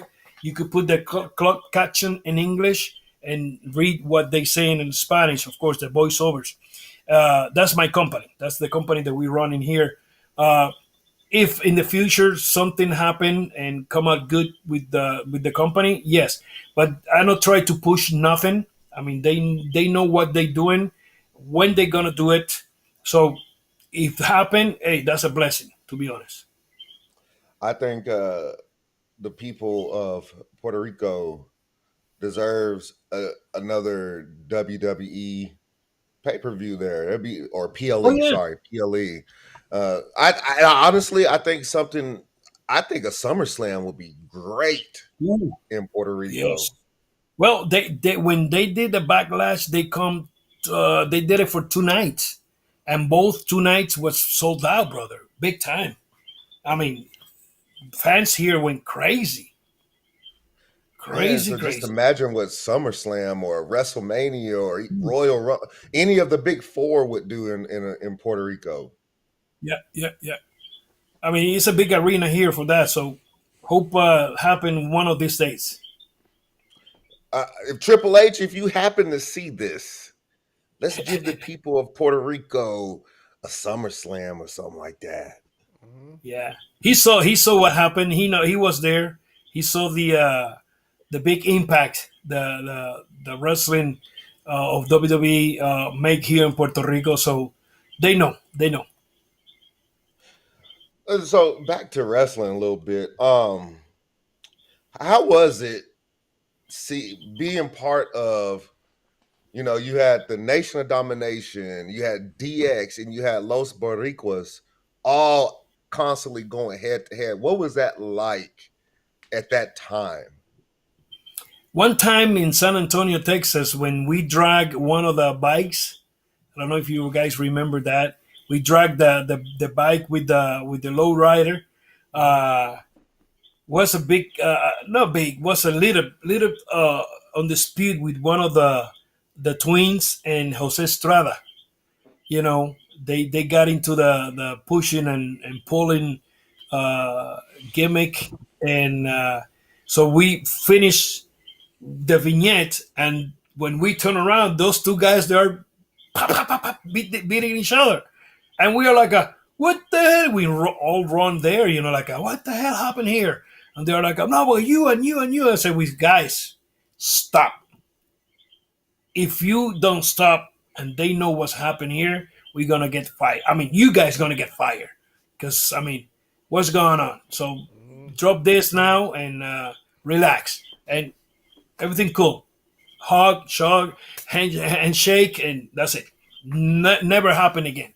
Because, I mean, we're there to perform, not to kill each other. What the heck? So was something stupid, but they realized was stupid and fix it. Let's continue. That's good. That's good. They realized like that was something Oh silly. yeah. Hey, I mean, you make whatever money there easy doing what you doing. What you love to do, and for one stupidity you're gonna lose it. No way. Yeah, definitely. No. You're getting paid to do something that you love. Why would you take the risk of getting fired over something crazy? Stupid, yeah. So after getting kicked out of Nation Domination, starting being part of Los Baricuas, were you able to ever get your kayfabe revenge on a Nation of Domination for kicking you out? Yeah, well, we did some pay per view. Was a match, 3-way match. Crush, God bless his soul, man. Was Crush, Ron, and me. We did a match. I went over in that match. Then later we did the three faction fights. Singles, and we did house shows. We did a bunch of matches. Together as a triple and tag team, four against four. We did a few things. Was fun. Was fun, to be honest. Did you feel vindicated? Yeah, I say yes. Yeah, but it was good. I love it. Working with Ron, working with Crush, working with the twins. I mean, man, we have fun. We have fun. We have, man.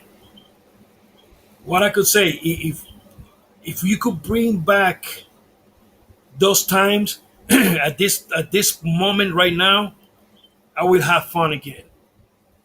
Even with more experience, it's gonna be it's gonna be funny. It's gonna be, I love it, to be honest. I love it. Well, one thing I've always wondered, and maybe you could speak to this. What was backstage? What was backstage like when the Nation of Domination first started? Was it receptive? Was okay. I mean, everybody knows it's a work. I mean, it was some people outside of the company. I mean, this is what we got told. They're like against that Nation of Domination. What Vince was doing is crazy. They have to cut that because I mean, you're pushing something that's gonna take matters outside of the ring or whatever. But hey, we have a fun with the Nation. You could see all these guys dressing in black, sitting. I mean, you could see something serious, of course. We all serious there, and we come up in the ring and do the fist up, and you could see something's up in that crew, and what we're doing is doing serious business, and you could see what's serious business. But of course, in the world in the world of work, but people outside of the company, they thought something's gonna happen. They're gonna, something's being Vince McMahon is building something crazy here. But hey, that's why they do the faction. They move a little bit with let's make the Boricuas, let's make the DOA. Hey, you got all the disciple of the apocalypse. So it's like, okay, we doing racist stuff here. What's gonna happen here? You're gonna make people fight in the states and whatever. That I know never happened an altercate with the guys or outside of the arenas because they know what's a work. That's good because I always wondered if there was like any problems with the wrestlers backstage when they figured out the nation of domination. And then we live in the States, so we knew that there was going to be some people outside of the wrestling community that was going to have a problem with that kind of a faction being in wrestling and being on TV weekly. We know where we live at, so we knew that was going to be a problem. I just wasn't sure about if there was like any tension backstage because of what it represented. To be honest, if was I don't see it. I was just focused on my work. And one time we talked to Vince to put in the nation when I was there. Ahmed, say let's put Ahmed here with us, and Vince went, nah, that's gonna be too strong. You guys gonna be too strong. I said, well, if you put us strong, you're gonna have strongest babyface try to fight these people, fight us, because we want to take over everything. So he was thinking in another. I said, no. Why? I don't know. But I remember when we sit down in Vince's office, Hamed have a big knife, big huge knife, the Rambo knife, and he sit down there and he's playing with the knife, and Vince looked at the knife like, "What's going on here?" And he's just playing with that. He said, "Well, we come to talk to you to see if you put Ahmed with us as a nation of domination." That's when he went like, "You guys gonna be too strong, and we need to divide. We need a baby face, fighting you guys too." I said, "Yeah, but if you get us strong, you're gonna have a crew of baby faces strong too, because that's the ones gonna fight us." And story run right there, but he don't want to do it. He turned Hamed later. I mean, way later on. Mm-hmm. You know, you know. But I mean, you see the nation look serious, look like a real business. Even But then today, they had you Owen. yeah. I mean, of course. I mean, later when like let's put whatever there. But if you keep the way they was, you got D'Lo, you got of course Ron, you got Crush, you got me. If you put Hamed there, I mean, you could have a serious, strong team.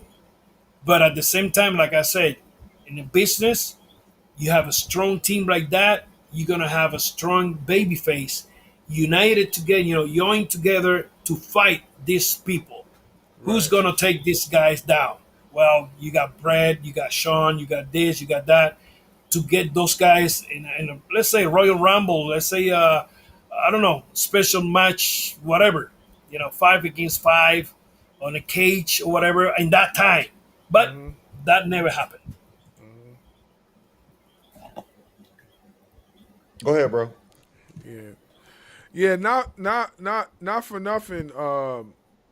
Ahmed did mention that about the whole nation thing. The exact thing that you just said, Ahmed did mention that about the nation being looking too strong, and everything like that. And also too, you've had other promotions try to duplicate a nation of domination type of faction, and the only faction that I see that came close to it was probably the Hurt Syndicate. The Hurt Syndicate. They, with MVP, Bobby Lashley, and Shelton Benjamin, I feel like they're the ones that came closest to like reduplicating what the Nation of Domination was in their own way. You know what I mean? And Yeah. but I've seen other promotions do it, and it doesn't. You know, it looks good. It looks good, Yeah, but it doesn't translate the same. but why? Because you got, listen to this. You got a big stone face, strong guy, don't play no game of Ron Simmons. You know, you got a serious guy, big huge monster, you know, and you got Crush, 6'7", I don't know, 6'8", whatever. You know, then you got this Puerto Rican. You got D'Lo on the side. You got the lawyer. You got the two rappers. You have you have a good team. If you put right there, Hamed Johnson, this black dude, strong son of a gun, you know, a tank, you know, next to us too, it's like a whoa. I mean, who's gonna take these guys out? But you Right, got serious people. I mean, not the other guys being serious, but they look more puppies of that team. right, This team was looking serious. I mean, right. serious business. That you could believe that this guy is gonna beat the hell out of somebody in the street. That's the difference right there. Yeah, you're absolutely correct. You know, the whole look and the appeal is what was captivating, especially watching it from TV. You like, wow, these guys are no joke. Like you wouldn't want to walk near these guys in an alleyway or anything like that. So I agree with you 110%. The look itself, you know, sells the whole Look story and apart. everything. Yeah, exactly. So I know you've been asked this question a bunch of times, you know, but I'm gonna ask you the situation you had in the King of the Ring, the King of the Ring. You was the runner up in the King of the Ring tournament, and what was your memories of the tournament? And then you know, eventually, you know, God rest his soul, Mabel winning the King of the Ring. What was your memories of the King of the Ring? Well, I arrived to the building and they say you're gonna wrestle tonight 4 times. I'm like, what? Yeah, because what happened in the story, this is what I hear. Scott no want to put over Mabel. He say no, he don't want to put him over. Blah blah. Some issues, whatever. Night before, if not I'm not wrong, was the inductee of Hall of Fame, or something like that. And next day was the show. So when I arrived at the show, they say, "Well, you're gonna wrestle 4 times because Scott, no, he's hurt. He don't want to wrestle." So I said, "Okay." I say, "Okay, first match is gonna be IRS. Second match is gonna be Yokozuna or it was Double J, I believe so. Then Yoko, then Mabel. Then you're gonna have between sometimes, but the first match is gonna be back to back. Yeah, it's gonna be you then Yoko. I believe Yoko, and right there in the first spot, not in the first spot, in the first match with IRS, I took a bump outside and I hurt my ribs, my cartilage. I just took a bad bump and I moved. I just went like, oh, bad. I said, first match, brother, which was, like off TV. If Savio Vega make it, he go into the tournament. If not, he's out. So of course, I remember Jack Lanza. God bless his soul. He was my agent. He said, Savio, you wrestle IRS, this. I'm gonna give you what's gonna happen step by step. I said, no, give it to me all right now. So he gave me the whole 4 finishes. I said, I got it. Don't worry, because I was sharp. By that time I was sharp. So I did what I did with IRS. Now the pay per view is on, the live. I wrestle Yoko, win Yoko. Then I wait. I rest for 1 or 2 matches. Went to Double J or Rody, I believe so. Then I went to Mabel at the end. So, I mean, they want to put him over. I never bitch about nothing because I learned, I got teach here in Puerto Rico. This is what you're gonna do. Let's do it. You know, bitch and moaning about nothing. How to do it better. So that's what I did.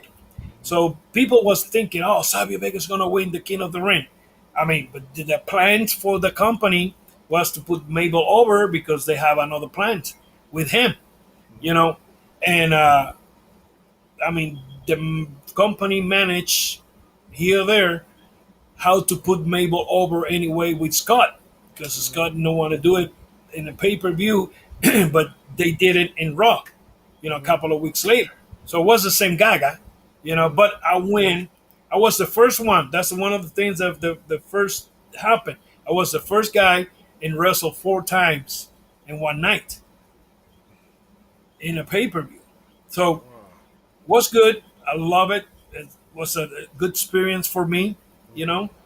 Happened. That need to happen for a reason.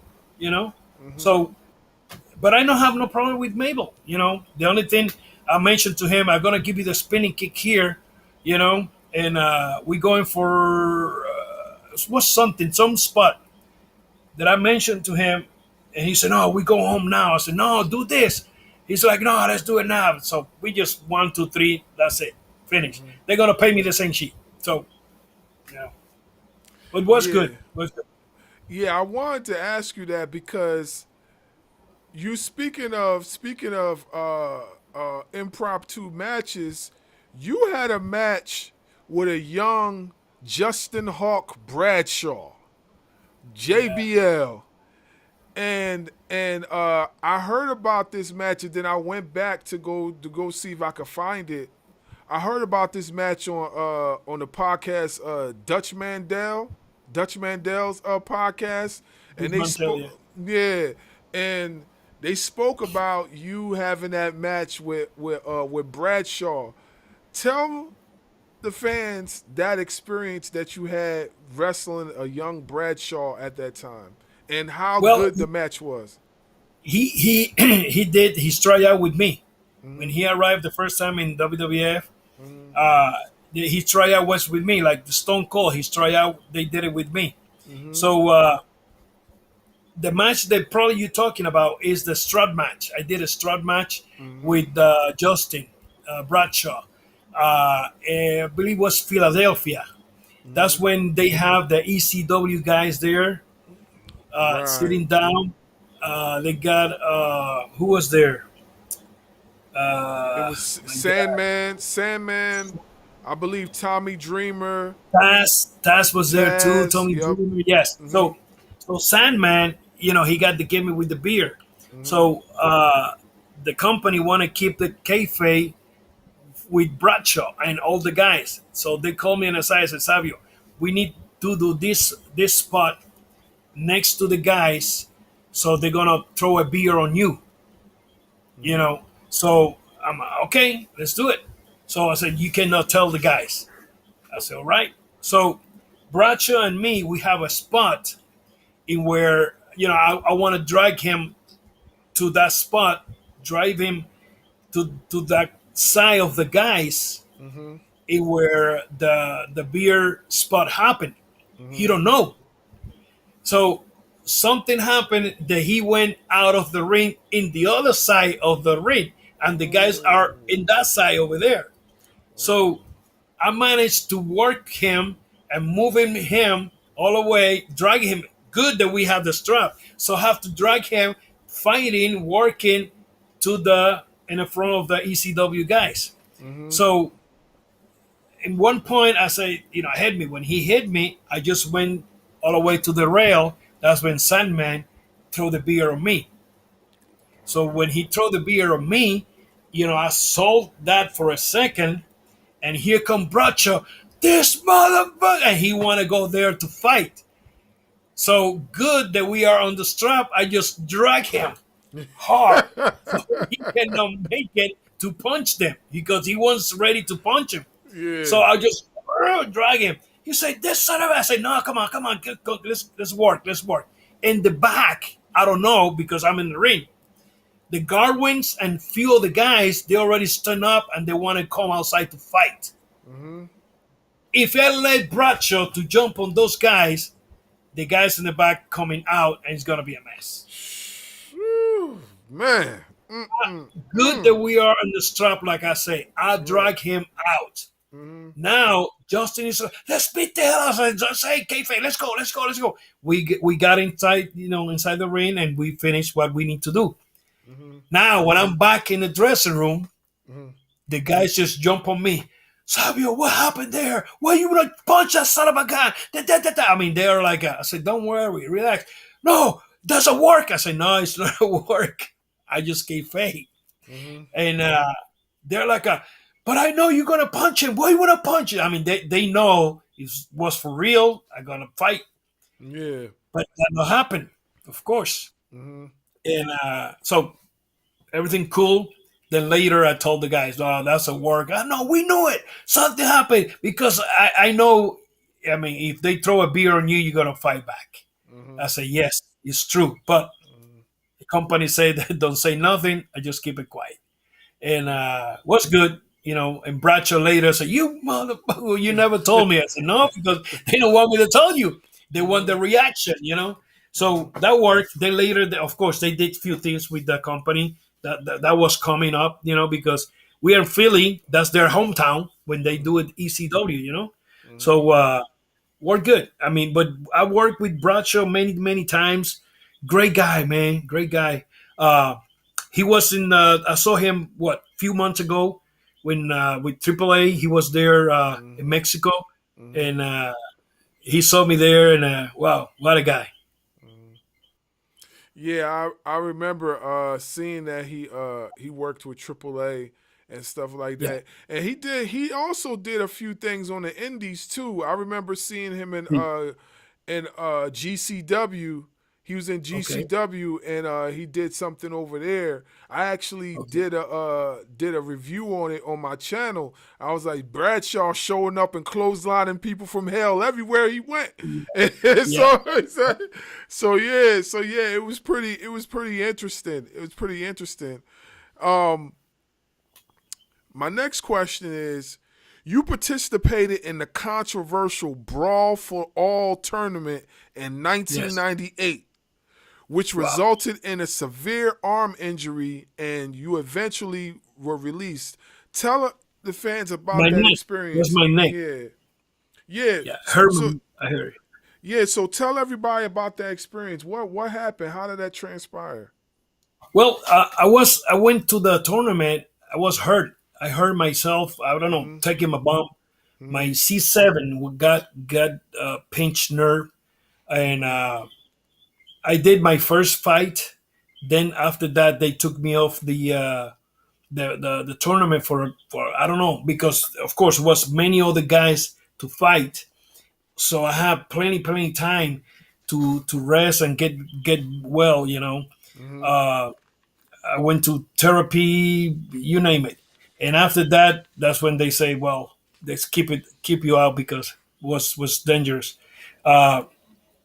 When we got together to do this, I wasn't home. I remember I wasn't home doing therapy.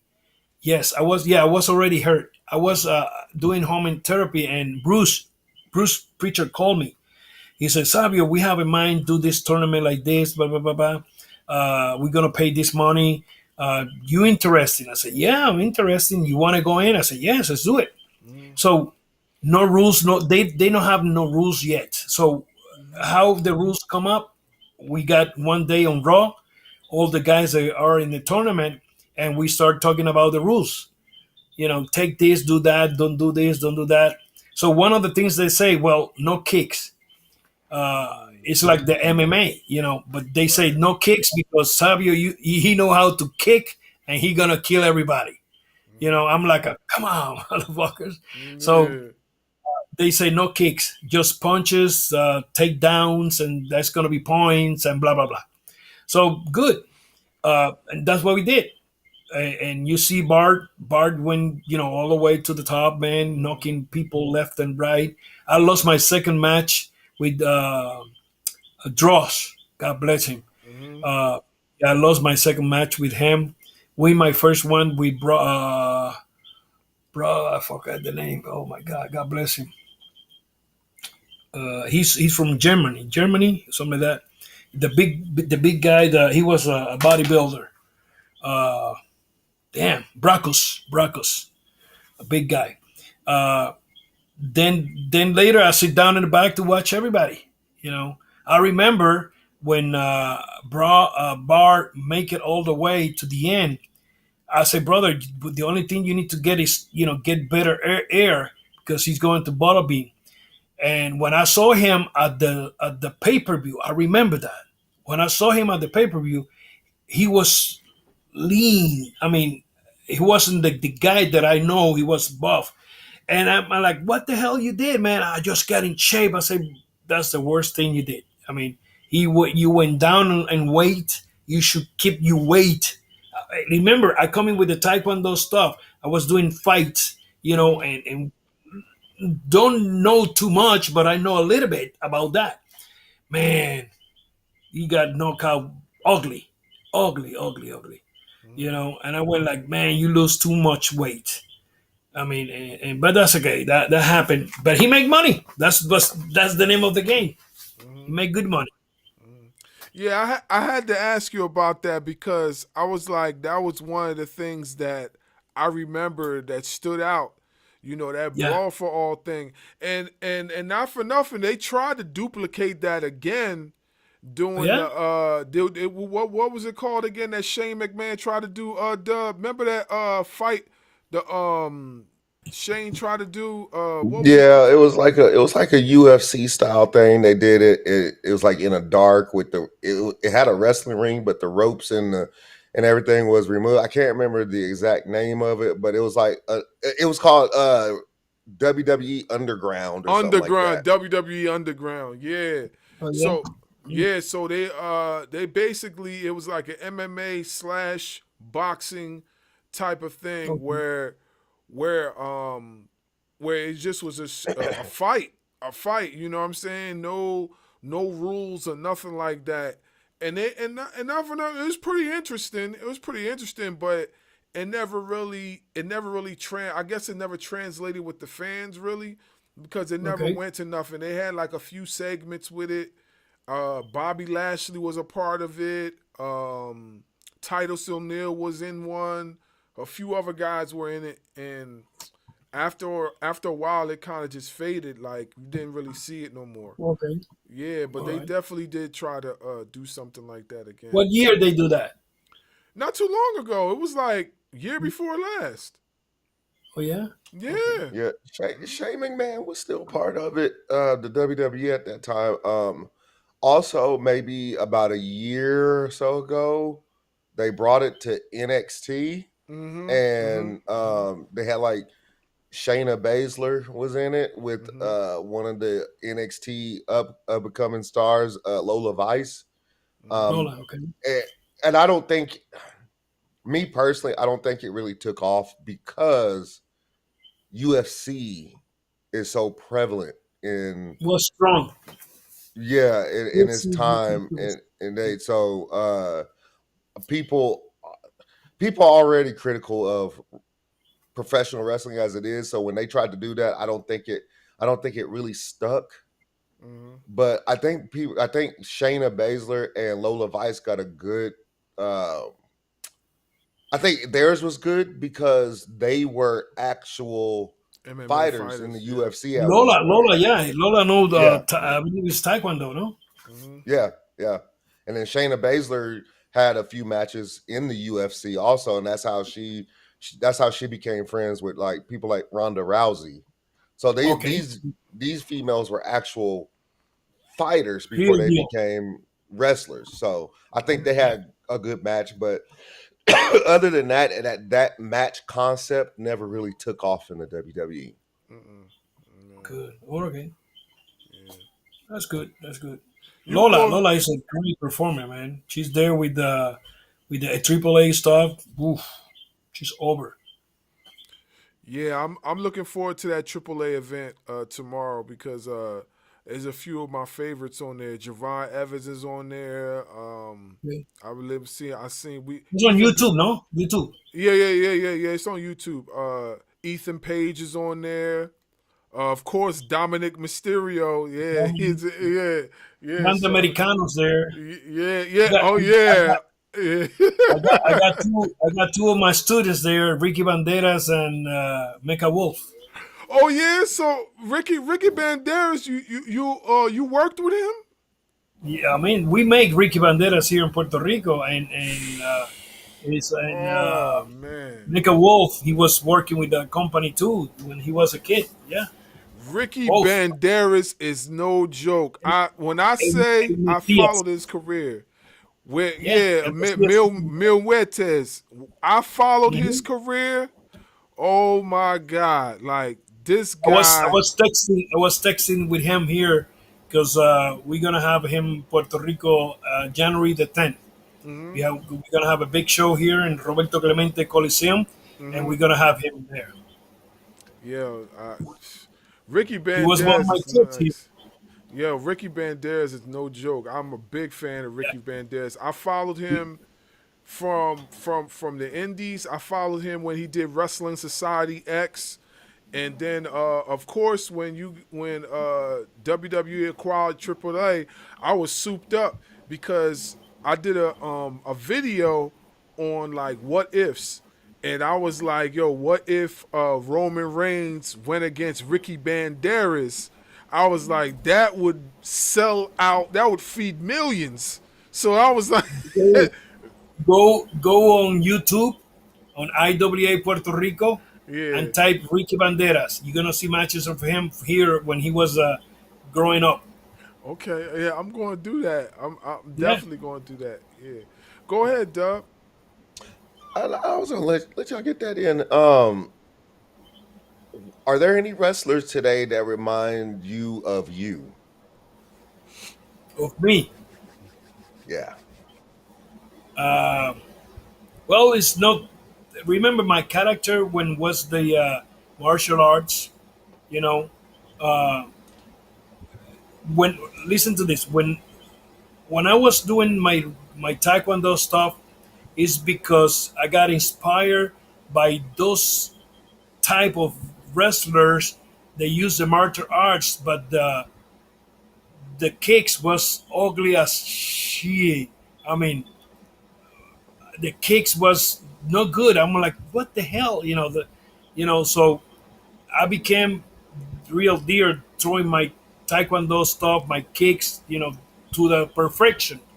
I Hmm cannot throw a ugly kick. You need to do something the right way, you hmm know. Kick like this, kick like that, the other way, whatever. And then I did the basics. I never went out of my stuff because I don't need to go to fancy move crazy stuff. I did hmm what I did. But these days I don't see too many of that. You know, the only thing that I see is that they throw maybe a thrust kick here there, but they are doing more jumping and spinning. Of wrestling. Uh, but to be honest, no, I don't see nobody. Maybe I'm wrong. I don't know. You tell me. Maybe Uh, open my eyes, please. that's fair. That's fair. That's fair. Um,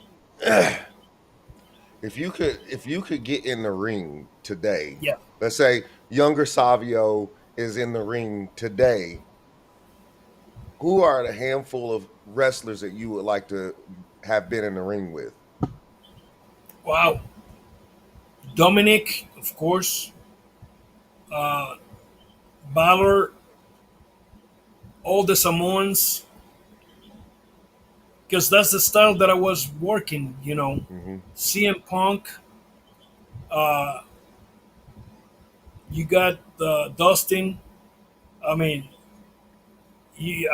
all that style right there. What you need is to have a great heel to make those guys pump out hmm with the big heel to match them, make them suffer, make them fight for their life. Let's call it that way. you know, and do whatever you need to do. I mean, you got a great performance these days. I mean, you have it, but you need a killer. You know, you need a like a Lesnar. Lesnar come to business to smash those guys, but they when they make that comeback back, you know, you got the people happy. But the styles that they do in it is what they do in it. I will do my style, you know, which I'm thinking all the time and how is going to be the next step. The next step need to be bigger and bigger and bigger to we come up all the way to the end and boom, explode this with the finish. What they doing it? I mean, they doing it their way, you know, which is great, and business are very, very good. You see those houses, you see the people, you know, they love what's going on. But like you say, young Savio Vega, with the Nation of Domination, these dates, brother, I be the killer. I mean, make those guys suffer big time with things that look real, that look, you know, a part of, you know, what we do in these dates. They know it's a work, beautiful, always been a work, but it's what you do inside the ring to make that different, you know. But whoa, I love to work with many of these guys. So yes, of course. But hey, I'm 60 years old already. You've mentioned being a heel, like being a heel. You felt like you were in your My area. nation, Like my being a nation. heel was like you love being a heel. Who are some of Love it. your favorite heels of all time? Harley Race, Ric Flair. You got Bruce Brody there. I mean, wow, Ronnie Garvin as a heel. But the most Harley Race. That's my Mount Roche. I mean, love the work of Harley. His timing,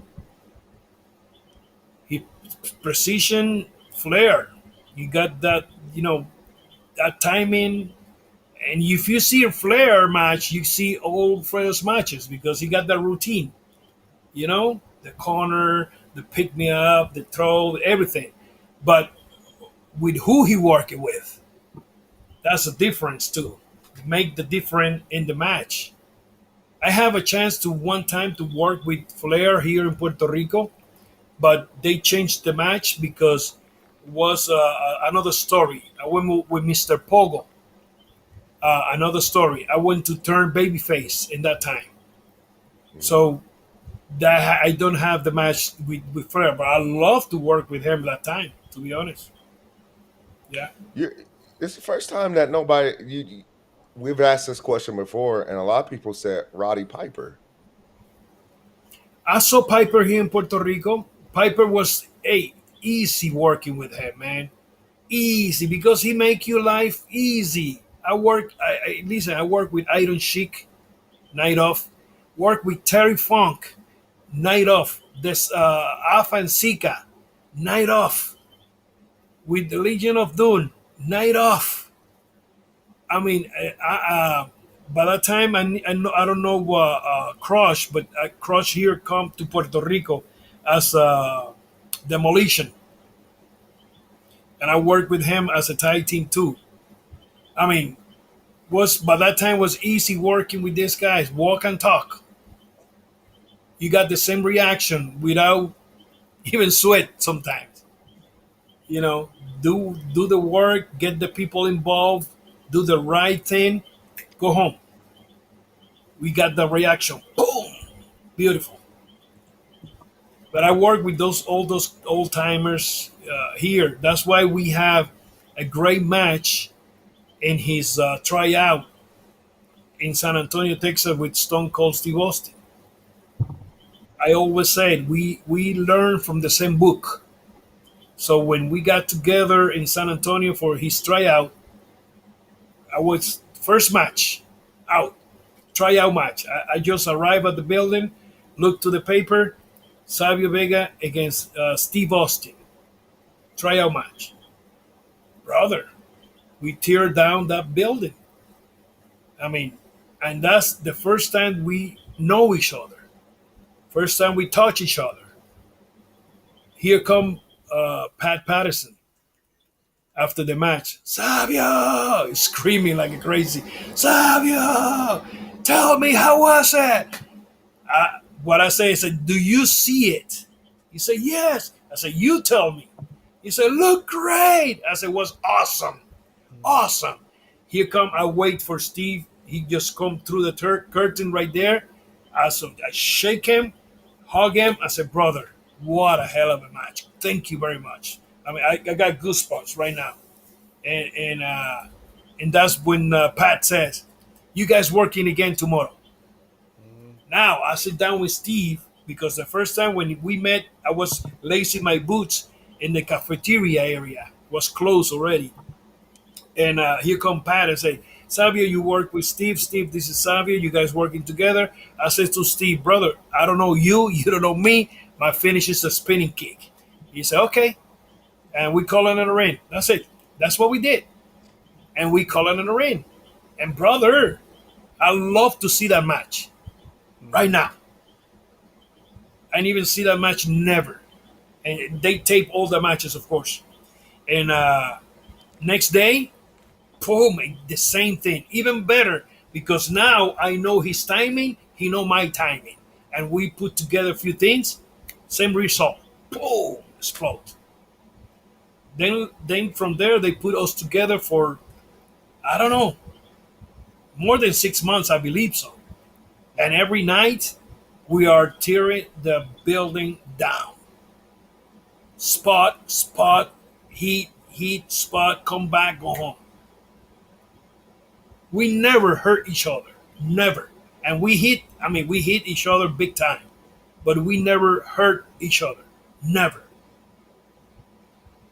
And every night we are coming to work happy. Finish, you okay? Yeah, I'm okay. Good. Thank you. Let's go. What about this? Change this to here, there to there. Yes. Let's go. Easy. Good show. Any regrets about your tenure in the WWE/F? Like I said before, no regrets because whatever happened, if we had don't say or whatever, do something at the moment for a reason, because in that moment maybe I don't care. Maybe those 2 years the Taker told me the stay couldn't be good, but hey, at the same time I was believing in the project in Puerto Rico, and I wasn't wrong. We make good money in that time, I don't know, to be honest, not because that take me where here right now. No regrets. Maybe maybe to hold that could be help to tell Vince why I don't break the flag. Yes, but after that, I mean, we trained together. I trained with him at the office. That's when I realized something happened in my neck. Training with him, something happened, And I remember I was laid down on the bench doing tricep with the dumbbell here, on the side. And I went to 5 and 6. I can lift it. On 5, okay. 6, 7, nothing. And he's like his. Come on, let's do it. Yeah, And 2 weeks later, I just run inside not run. I just went inside his office in the Midlands. He was talking to Taker. I just went in and even knocked the door. I just opened the door and jumped on the couch, holding my neck. I said, I got a big pain in my neck. I don't know what's going on. I can't even be like that. I have to hold my neck because the nerve was pinched, and brother, woo, bad. That's when he sent me to the hospital home. I was out for I don't know how long. I got well, come back to do the brawl for all for a little bit. After that, we went to Super Astros. We started doing Super Astros in Spanish. That's when this deal with the AAA was done with Vince and Victor Quiñones. We used Japanese. That's when Taka Michinoku, Esa Rios, the Boricuas, all that. That was Super Astros in Espanol, in Spanish. We did 13 weeks for Univision. They loved the show, but they just and by 1999, at the end, almost middle of 1999, they went to do the business to get, you know, money for the show. They want to do 1 hour show for whatever, using the WWF ring, all the stage, whatever, till that start running and make it better, and we move with that Spanish show to a different location doing the Spanish show. And Univision no wanna pay. They want $60,000 for the hour. $1,000 for hour, for minute. Every minute is $1,000. So Univision say no, and here come all the Spanish sides cut. Everybody gotta go home. So they release all the guys. They keep Taka Michinoku, Esa Rios for a little bit. Then after that, bye bye. But the Spanish side, if Univision say yes, we probably be in another talking right now. But the what was it? Yeah. Oh, we got the midgets. We got like 6 midgets around that. We got the girls. That's when Huracan Castillo become the merenguero, the merengue guy. All the characters change. But the Univision say no, and Vince say, "Hey, I can keep all these guys here. Of course, it's business. He gonna carry a bag full of people paying with no making money. So they release everybody. That's when my release got on 1999. I was working backstage as an agent, with the company, with that Super Astros. And how many years? 30 years later, that's when AAA come up, partner with the company. Right at this time. Go ahead, bro. Yeah, I have. It's crazy because all the questions that I intended on asking, he answered every single one of them even before I even got to him. So I was like, well, I can't really ask him that because he already said that. So He answered that already. He talked about that already. yeah. So you answered anything. I'm just I know my bro is, but I am too. We're appreciative of just being in the space of being able to talk to you, today, and just you being able to share your experience in professional wrestling, and being able to see. Well, okay, so let me ask you this, then I'll get back.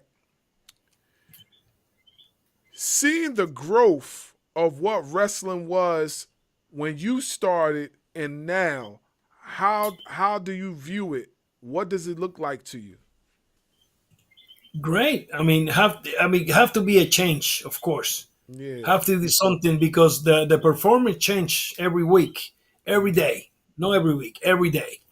We got new guys coming in, new teachers teaching something, different. But if you see,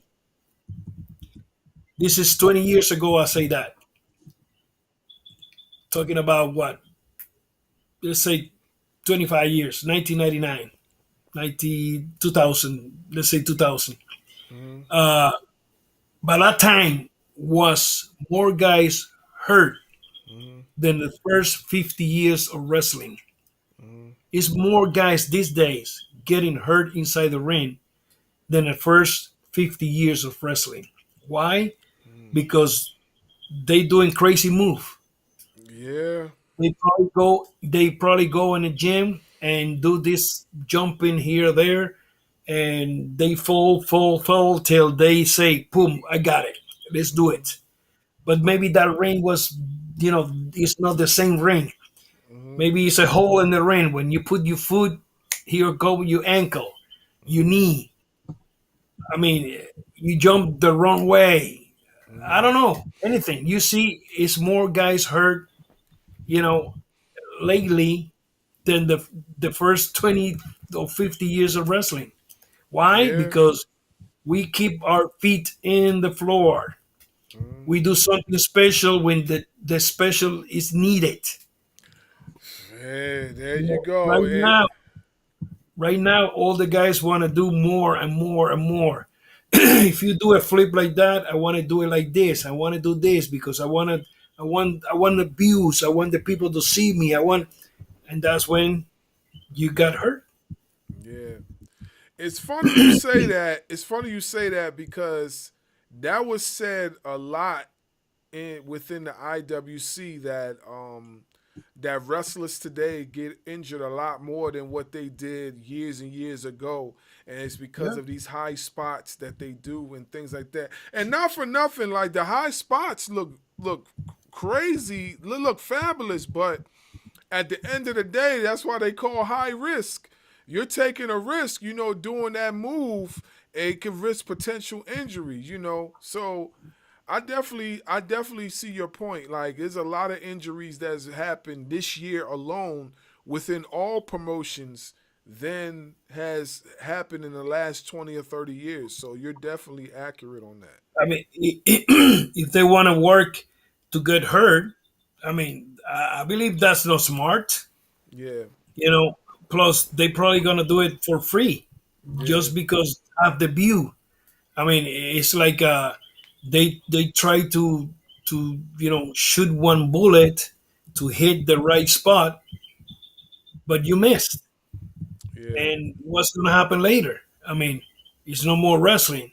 The only thing you're going to have is like, oh, I did this. Oh my God, that was awesome. But you are like, oh my God. I mean, do yeah. you need that? Do you want to live like that?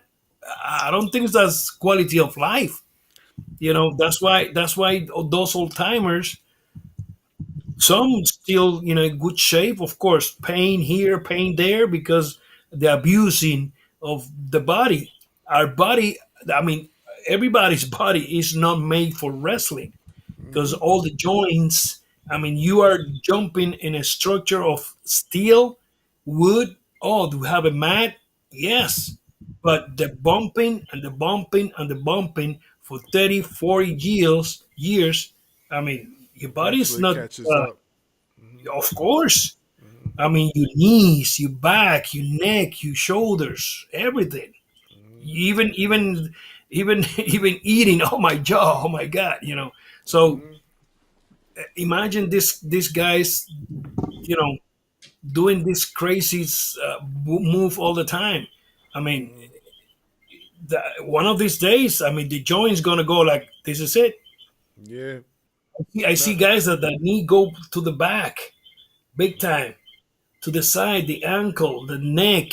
You see these jumps over the top rope. They go over big time. Hmm. They hit the rails. Why? Because they just looking at what we gonna do here. They don't see out to the size. Hmm. You need to see if it's a rail.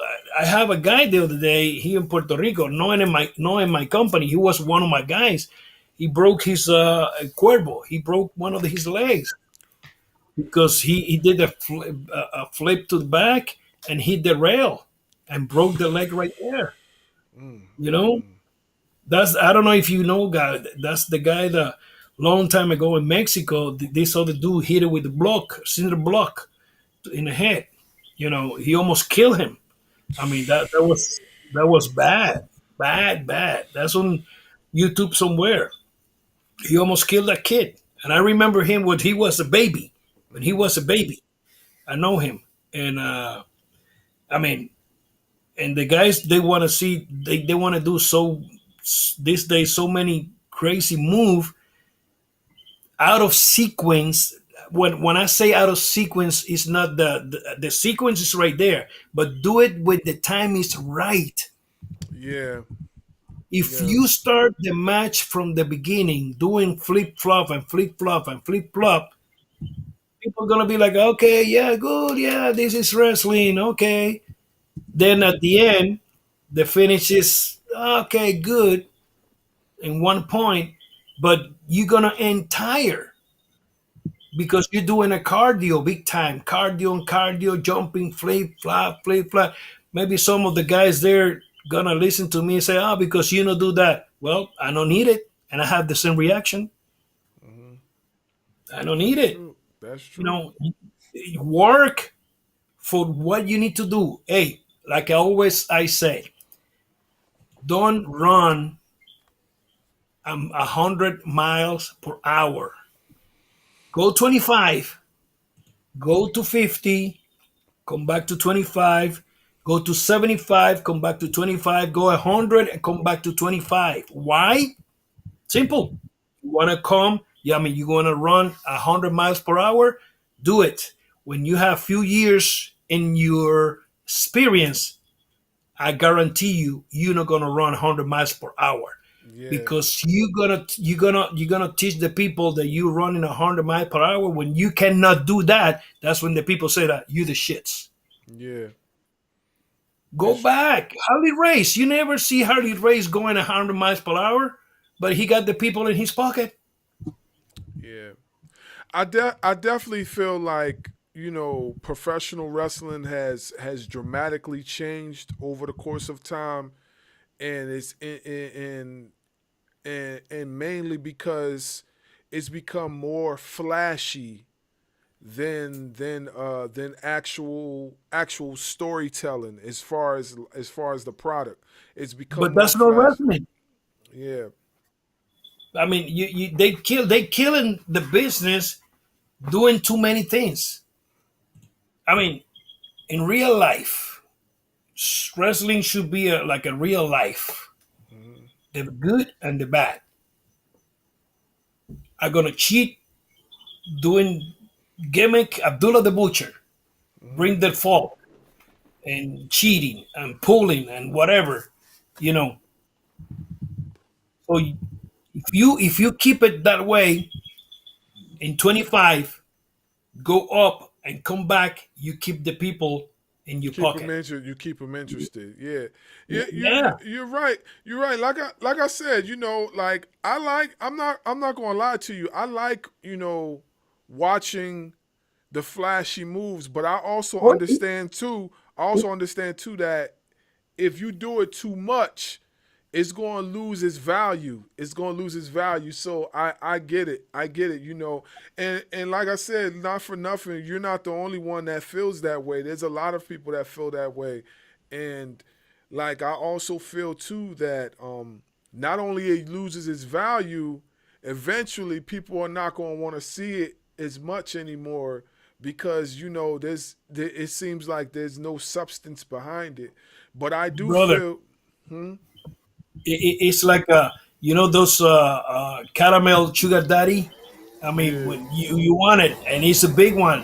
When you start taking that, it's gonna come to a point where you don't want it more because it's too sweet. You yeah, know, maybe you yeah. take a little sweet, and yeah, you like it in the beginning, but give me another spoon or another spoon of sweet. It's gonna be you don't want it.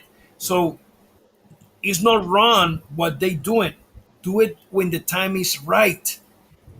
Do it when it's necessary. Mhm. The most important thing of the match is the finish. That's what the people gonna take home, Yep, that's and they're true. gonna remember when you hurt yourself. Oh yeah, I remember when this happened. Hmm. That's it. But if you keep it with the good story in the ring, with the heat, spot, heat, go home and a good move that you whatever you want to do, and go home, keep it up. People gonna respect you more. But I see guys going this way, going the other way, hit that road, coming the other way, and sometimes one of them always happen that forget something and look bad. It's like, oh, that way, no, what way was it? because you got too many shit in your head, Yeah. too many move. When come to the point in where the finish is, it's like, I forgot the finish. Of course you're gonna forget it, you son of a gun. If you're doing 200, then move it. Yeah. You're gonna forget the finish, of course, because this. I mean, you are more focused and do the flip flop and jumping than the finish. When you can become do the finish, you're tired. You cannot, and take your time, guys. Take your time. Try, just try. Do the reverse psychology. Do the wrestling stuff. Get them flip flop. Grab a hole. Make it suffer. Beat the hell out of the baby face. Make that baby face suffer. Come back. Do a spot. Jump, jump, jump. Take the heat again. Then go home. You're working for the people. Hey, that's another thing. They working for them. They not working for the people. They working for them. Yeah. I get it. I get it. Yeah. Like I said, I just, I wanted to get your opinion on that because that's been like, a heavy, heated topic for some time, especially with all the wrestlers getting injured, because this year alone, we've seen from both companies, from WWE to AEW to other promotions surrounding them, we've seen a lot of injuries. So I just wanted to get your opinion on that, Yeah. Yeah. I mean, Go. if they do it, I mean, they need to make, somebody need to make the change. Yeah, no, absolutely. Absolutely. Go ahead, Dub, end it off. Hold on. Do you watch AEW any? I didn't even watch myself. No, I don't watch too much wrestling, to be honest. Oh. Okay. To be honest, I just watch what I have in my phone. Mm-hmm. Now I'll start watching more WWE because I'm working with them. I want to know who's who. It's so many guys that I don't know yet. Because I'm in different brand of the company, in different branch. So I don't have the chance to know all the guys like before. Before, everybody. I was right there on A team or B team, and all the guys. Right now, it's so many guys that it's kind of hard to keep it track. I get that. One thing I was wondering, we was talking about Bad Bunny earlier. Were you part of his training? No, I wasn't there. No. I wish to be there, to be honest. But that training was full with Damien Priest. Oh, okay. I wasn't Good sure. match. Telling you, it was a good match. I mean, see, if you see that match, you don't see that flip flop. You don't see that there.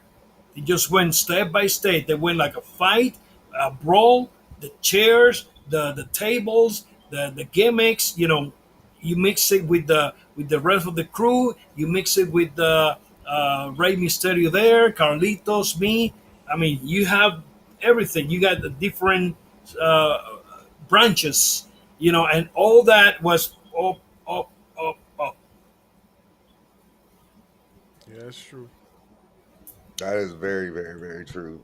I mean, that match alone is proof that you don't have to have all of that to have a good match. Because it's a brawl. You need to. I mean, you just imagine those guys going to run in here, come there, go over there, go. I mean, Bad Bunny could have the head for that, but at the same time, he don't need that. Mm-hmm. I mean, if you think about it, like look at there's a match, WrestleMania 25. People consider it one of, if not the greatest WrestleMania match of all time. Shawn Michaels versus The Undertaker. It was a brawl. It was a fight. You didn't have to see all the flipping stuff. So I get where you're coming from.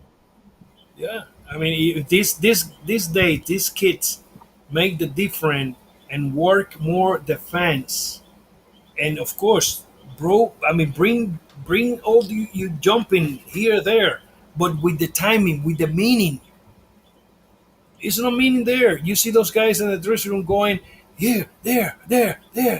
So when they go inside the ring, somebody forgot something, and that when that forgot, that's when everything go through there. Then the performance inside the ring, the fans looked at it, go like, ah. I got a few quick hitter questions for you. Yeah. Number one, who hit the hardest? Who hit you the hardest in your entire career? We got one time when Shotgun at midnight. WWF dude Shotgun. I don't know if you guys remember You that. mean Shotgun Saturday Night? Yeah, at midnight, live. We are in the train station in New York. We have this small ring, to fit everywhere. WWE have, and it was a tag team match. Was Razor there, 1, 2, 3 Kid, and somebody else. I forgot who was it. And we are chopping the Kid. I mean, we are demolish him. We are beat the hell out of him, and from nowhere he just jumped and give me a security. Boom, knocked me out. He knocked me out.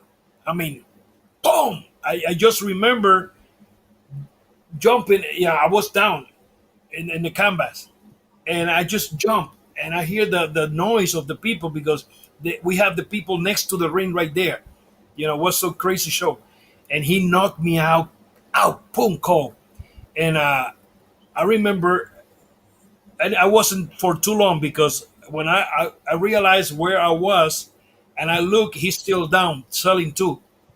So it was like a flash.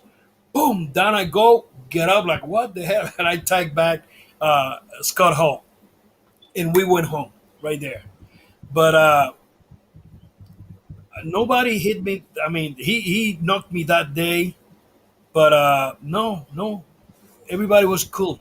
Work hard with everybody. We got another one here in Puerto Rico, Jason Carl Moffat. He's from Canada. I come in that day, I arrived from Japan, and I have a match with him. I never met him before. So we have a match. Jason, the terrible Jason in TNT. And we have a match, step by step. And he's giving me a slam, going to the top rope. So he's coming with he got the hockey mask, the old hockey mask, Jason, like the movie, and he's coming to hit me the headbutt. So, hey, he gonna give me a headbutt in my chest. That son of a gun. He was like 6'6", almost 300 pounds. I mean, not fat. He was strong. And he jumped from that corner into my chest. I was thinking it's to my chest. He knocked me out cold in the canvas. He just crushed me. Bah! I remember I'm out and I just kick out by, I don't know. I hear the referee counting, boom, boom, and I just kick out. I remember I just went on all four like that and I start breathe deeply to get air in my lungs and my body. Start breathing, and I get up and I start kicking his ass straight. Kicks. I just dislocate his jaw. I beat the hell out of that son of a. I just went kicks, boom, left, right, spinning kick. I just knocked the shit out of him, and we don't know each other. We just met in the ring, And when we went back in the back, was by that time here in Puerto Rico was 2 different dressing rooms, and it was impossible to talk to the guys. But beat the hell out. Next time we saw each other was on interviews Wednesdays. We do interviews on Wednesday. That's when we met each other. We talk each other, and he's like, "Brother, you hit hard." I said, "Motherfucker, you knocked me out. What the heck?" and we became friends, man. After that, they put us together to work. We work almost every night, and we have a blast, brother. We beat the hell out of each other. But after that, he said, "You dislocate my jaw 3 times, you motherfucker." I said, well, you hit me hard, I'm gonna hit you. I mean, you hit me hard, I give you the receipt. That's it. You know. So I got a big scarf right here. Remember, for in summers, June, July, we work 7 days a week, straight for 2 months. 7 days, Sheesh. every day. And I remember I did a martial arts, breaking, bricks, and I cut myself big time. And we gig one time, and I remember that week I bleed every night. Working with him, I got the band-aids or whatever holding. I never went to stitch and nothing.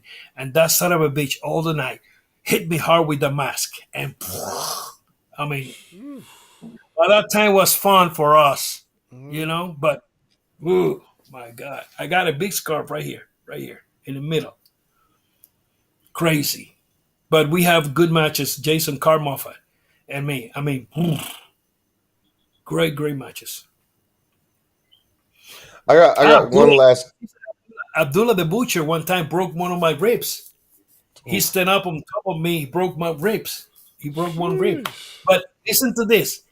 When I thought he want to kill me. He stand up, he put one foot in my head and one foot in my ribs. When he get up from me, my head, brother, was start going like I mean pain. I'm in pain. My head start going poo, poo, poo, crazy. I'm in the ring. I'm like, oh my God. I just hold my head. And I don't know how long later, we did a story with one of the guys, they call him King Kong. And they scratched me, the ambulance come. They took me to the hospital and they took x-ray for shoot.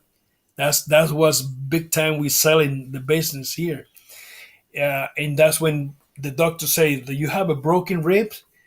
I say, maybe he broke a rib. I said, no, that's an old one. You got a broken rib right there. He showed me the x-ray. I'm like, oh, now I remember when Abdullah, crushed me, because after that we work, the weekend after, and I was in pain all the time.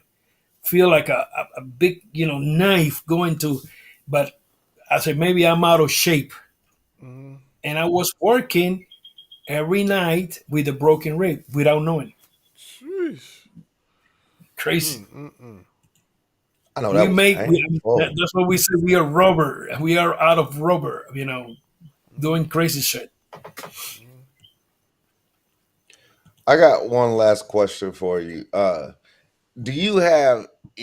We've heard a few from interviews that Undertaker has done.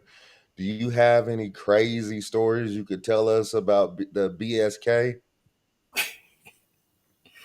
Uh, well, we're not crazy. We are this day in this bar.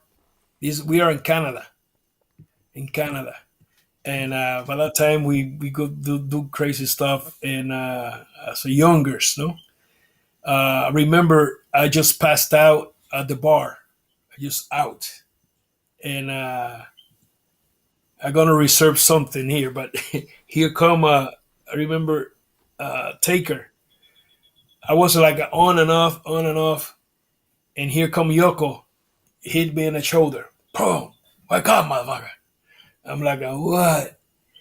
And that's when Taker say, take it home. Take it to the hotel. And I get up. I'm like, whoa. Say, let's go. Let's go, motherfucker. So pick me up, walk to the car. I'm in the back seat. I just get in the car and, fell asleep. I was tired. I was drinking. I was bad. And so we arrived at the hotel. And I remember Yoko. He said, hey, wake up. Hey, he's yelling. And I was listening to him far. Hey, and I just went there, look at him. I said, "What the fuck, you motherfucker?" He said, "Oh yeah, fuck you," and he slammed the door. And they just left me in a car. But outside, brother, was the snow big time. I mean, was bad. Big. I mean, the snow was passing the car. I mean, crazy. And I was out. I don't know how long I was there. The shaking, my brain say wake up. I wake up shaking, and I was like, shaking big time. When that wake me up, I'm like, what the heck happened here? And I look around. I'm in the car. The car is already froze. I mean, that's why the freezing. And I tried to open the door. The doors don't open. I jump in the front seat, hit the button. The door opened. I just went out. I didn't even have a coat. And that's a Holiday Inn somewhere in Canada. I went to the front door to open the door. The door is locked. And brother, I start shaking those doors, going pa pa pa pa. Here come an Indian guy. Oh, hold on, hold on. I almost broke the doors. Hold on. I'm like, shaking. He opened the doors. I was like, thank you. Just shaking. Went straight to, I got, now that at that moment I was up big time. I just run to my door, up, see the number. I just open. Every night we change hotels. Of course, we are in different hotels all the time. And sometimes you think you go to the left and it's to the right or straight, and you lost your train of thought of that. And I remember I just went in, opened my room, took the clothes off, and under the blanket. I mean, I was fucking crazy. And next day, I talked to the guys, and Yoko explained me, you do this, this, this. And he tell me, you do this, you crazy son of a gun. And he say, I could die, motherfucker. He say, fuck you, why you told me to get the hell out of here. I said, man, I'm sorry. I say, don't do that again. I said, don't you do that again. He almost, I almost froze my ass in Canada. Brother, the snow, I mean, you guys know, you live in the States, when this snow happened. And and Canada is crazy with snow. And that was bad. But we are good guys, man. We're good guys. We don't do nothing wrong. We take care of each other all the time. Some of these stories I know I've heard Taker talk about. Yeah, Y'all was crazy too. was a little bit here there, but we never do nothing wrong. We never, we were good guys. Well, that's all the questions I got for you. Is there anything that you would like for our audience to know that you have stuff that you have coming up soon? Yeah, well, what, 2 weeks, 1 week later is gonna be December. Uh, Happy Turkey Day first to everybody. We got here in Puerto Rico the closing of the year, the 13th. We're gonna be in Yauco, Puerto Rico. If you guys coming to Puerto Rico, anybody of the watching us right now, the 13th we're gonna be in Yauco, which is the south area of Puerto Rico, and the 20th. December 20, we're gonna be in Humacao, which is the gray. They call it the gray city in Humacao, Puerto Rico. We have the closing show. Uh, Watch more of IWA Puerto Rico on YouTube. Like I say, in the beginning, almost at the beginning of the show, IWA Puerto Rico. Subscribe, guys. Go there, subscribe, and see what's going on in IWA Puerto Rico, my company here. We got good performance. Check on it. Put the clock caption in English. Read what the guy says in voiceovers. Or go to iwapuertorico.com. iwapuertorico.com. Go there, check my page, see what's going on there. We got a few girls too over there. And write something there about Savio Vega and the IWA. Let's see if that numbers of the YouTube going up. Check it. IWA Puerto Rico. Subscribe. I've already done so on my personal page. I've done so on our Ring Ropes and Turnbuckle podcast page. So we already in there. I'm sure he's going to do it when they're on his personal page too. Yes, Most and check on definitely. me. I'm in Instagram as a Tio Savio Vega. In Instagram, on Facebook, Savio Vega. We have IWA in Facebook too. On X, IWA Puerto Rico also. Check all that. IWA Savio Vega. You could see me and check that Victor, check that on the Ricky Banderas. Go IWA and put Ricky Banderas, and you're gonna see. It's an interesting match there. Him and El Vampiro, Canadian Vampiro, Canadiense. That's in the Yeah. Roberto Coliseum. Check on that. It's They had great they match. had a very they had a feud going on for years, Yeah. years. I remember Yes. their feud reignited in Wrestling Society X, and they had a crazy match on Yeah. Wrestling Society X. So yeah, I remember. I'm definitely going to watch. Check on it. Definitely. Yeah. It's gonna be. I mean, good. You check the whole show. Check the whole page. You can see crazy stuff there. Yeah, I'm definitely going to watch. Definitely going to watch. Thank you, guys. Well, No problem. I like to end our shows with this question. If you could see anybody on Ring Ropes and Turnbuckle Podcast, who would it be? But Savio Vega has to help us get that person on the show. Okay. Well, what you have in mind? I don't know. From the old timers, Whoever. Whoever. whoever. Well, you want to have Ricky Banderas? We would love to have Ricky Banderas. Let me get in touch with him and let you know. Okay, for sure. Yeah, we would love to That'll have work. Ricky Banderas. Yeah, for sure. Yeah, El Mesías Ricky Banderas. Okay, for sure. I'll let you know. I'll let you know. Okay, for sure. Yeah, I know you guys keep in contact, so I'll let him. I'll Yes. let you guys keep in contact about setting that up. Yeah. Okay. Yeah, for sure. I'm like I said, Thank I'm you. a big fan of Ricky Banderas. I've been following his career for a while. So Yeah. yeah. He performed tomorrow. He's I believe he go against the Clowns or something like that. What, Psycho Clown? It's something I don't know. I can remember if Psycho and Pagano and another Pagano, of the yeah. Clowns is against him, something like that. But they're almost right there, the same team. Okay, yeah. I'm going to be watching. It's a lot of wrestling going on tomorrow. I'm gonna watch it tomorrow too. Yeah. Yeah, but I'm definitely going to be watching. Yeah.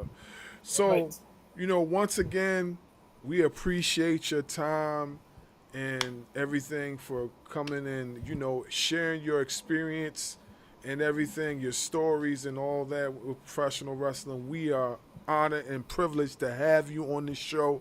Please do not make this your last time coming on the show. Anytime you have an event and you Okay. want to advertise the event, hit us up. We will got it. watch, we will review, and we'll talk about it like anytime. Like, we're consistently growing, and we wanna reach the pinnacle. So, anything you got going on, don't hesitate. You have my information. Just give us a call, and I'll definitely got be it. on top of it for you. Thank you. Yeah, no problem. Thank you for having me, guys. Thank you for having me, and that's a promise, of course. Yeah, Let's do it. yeah, Thank you. for sure. God bless you, and Ring Ropes and Turnbuckles. Yeah. Have a good day. Have a good night. God bless you guys. Take care. Same to you. Good Ring night. Ropes and Turnbuckle Podcast, Savio Vega. A mi manera o para la calle. We'll be back with another one. Salute.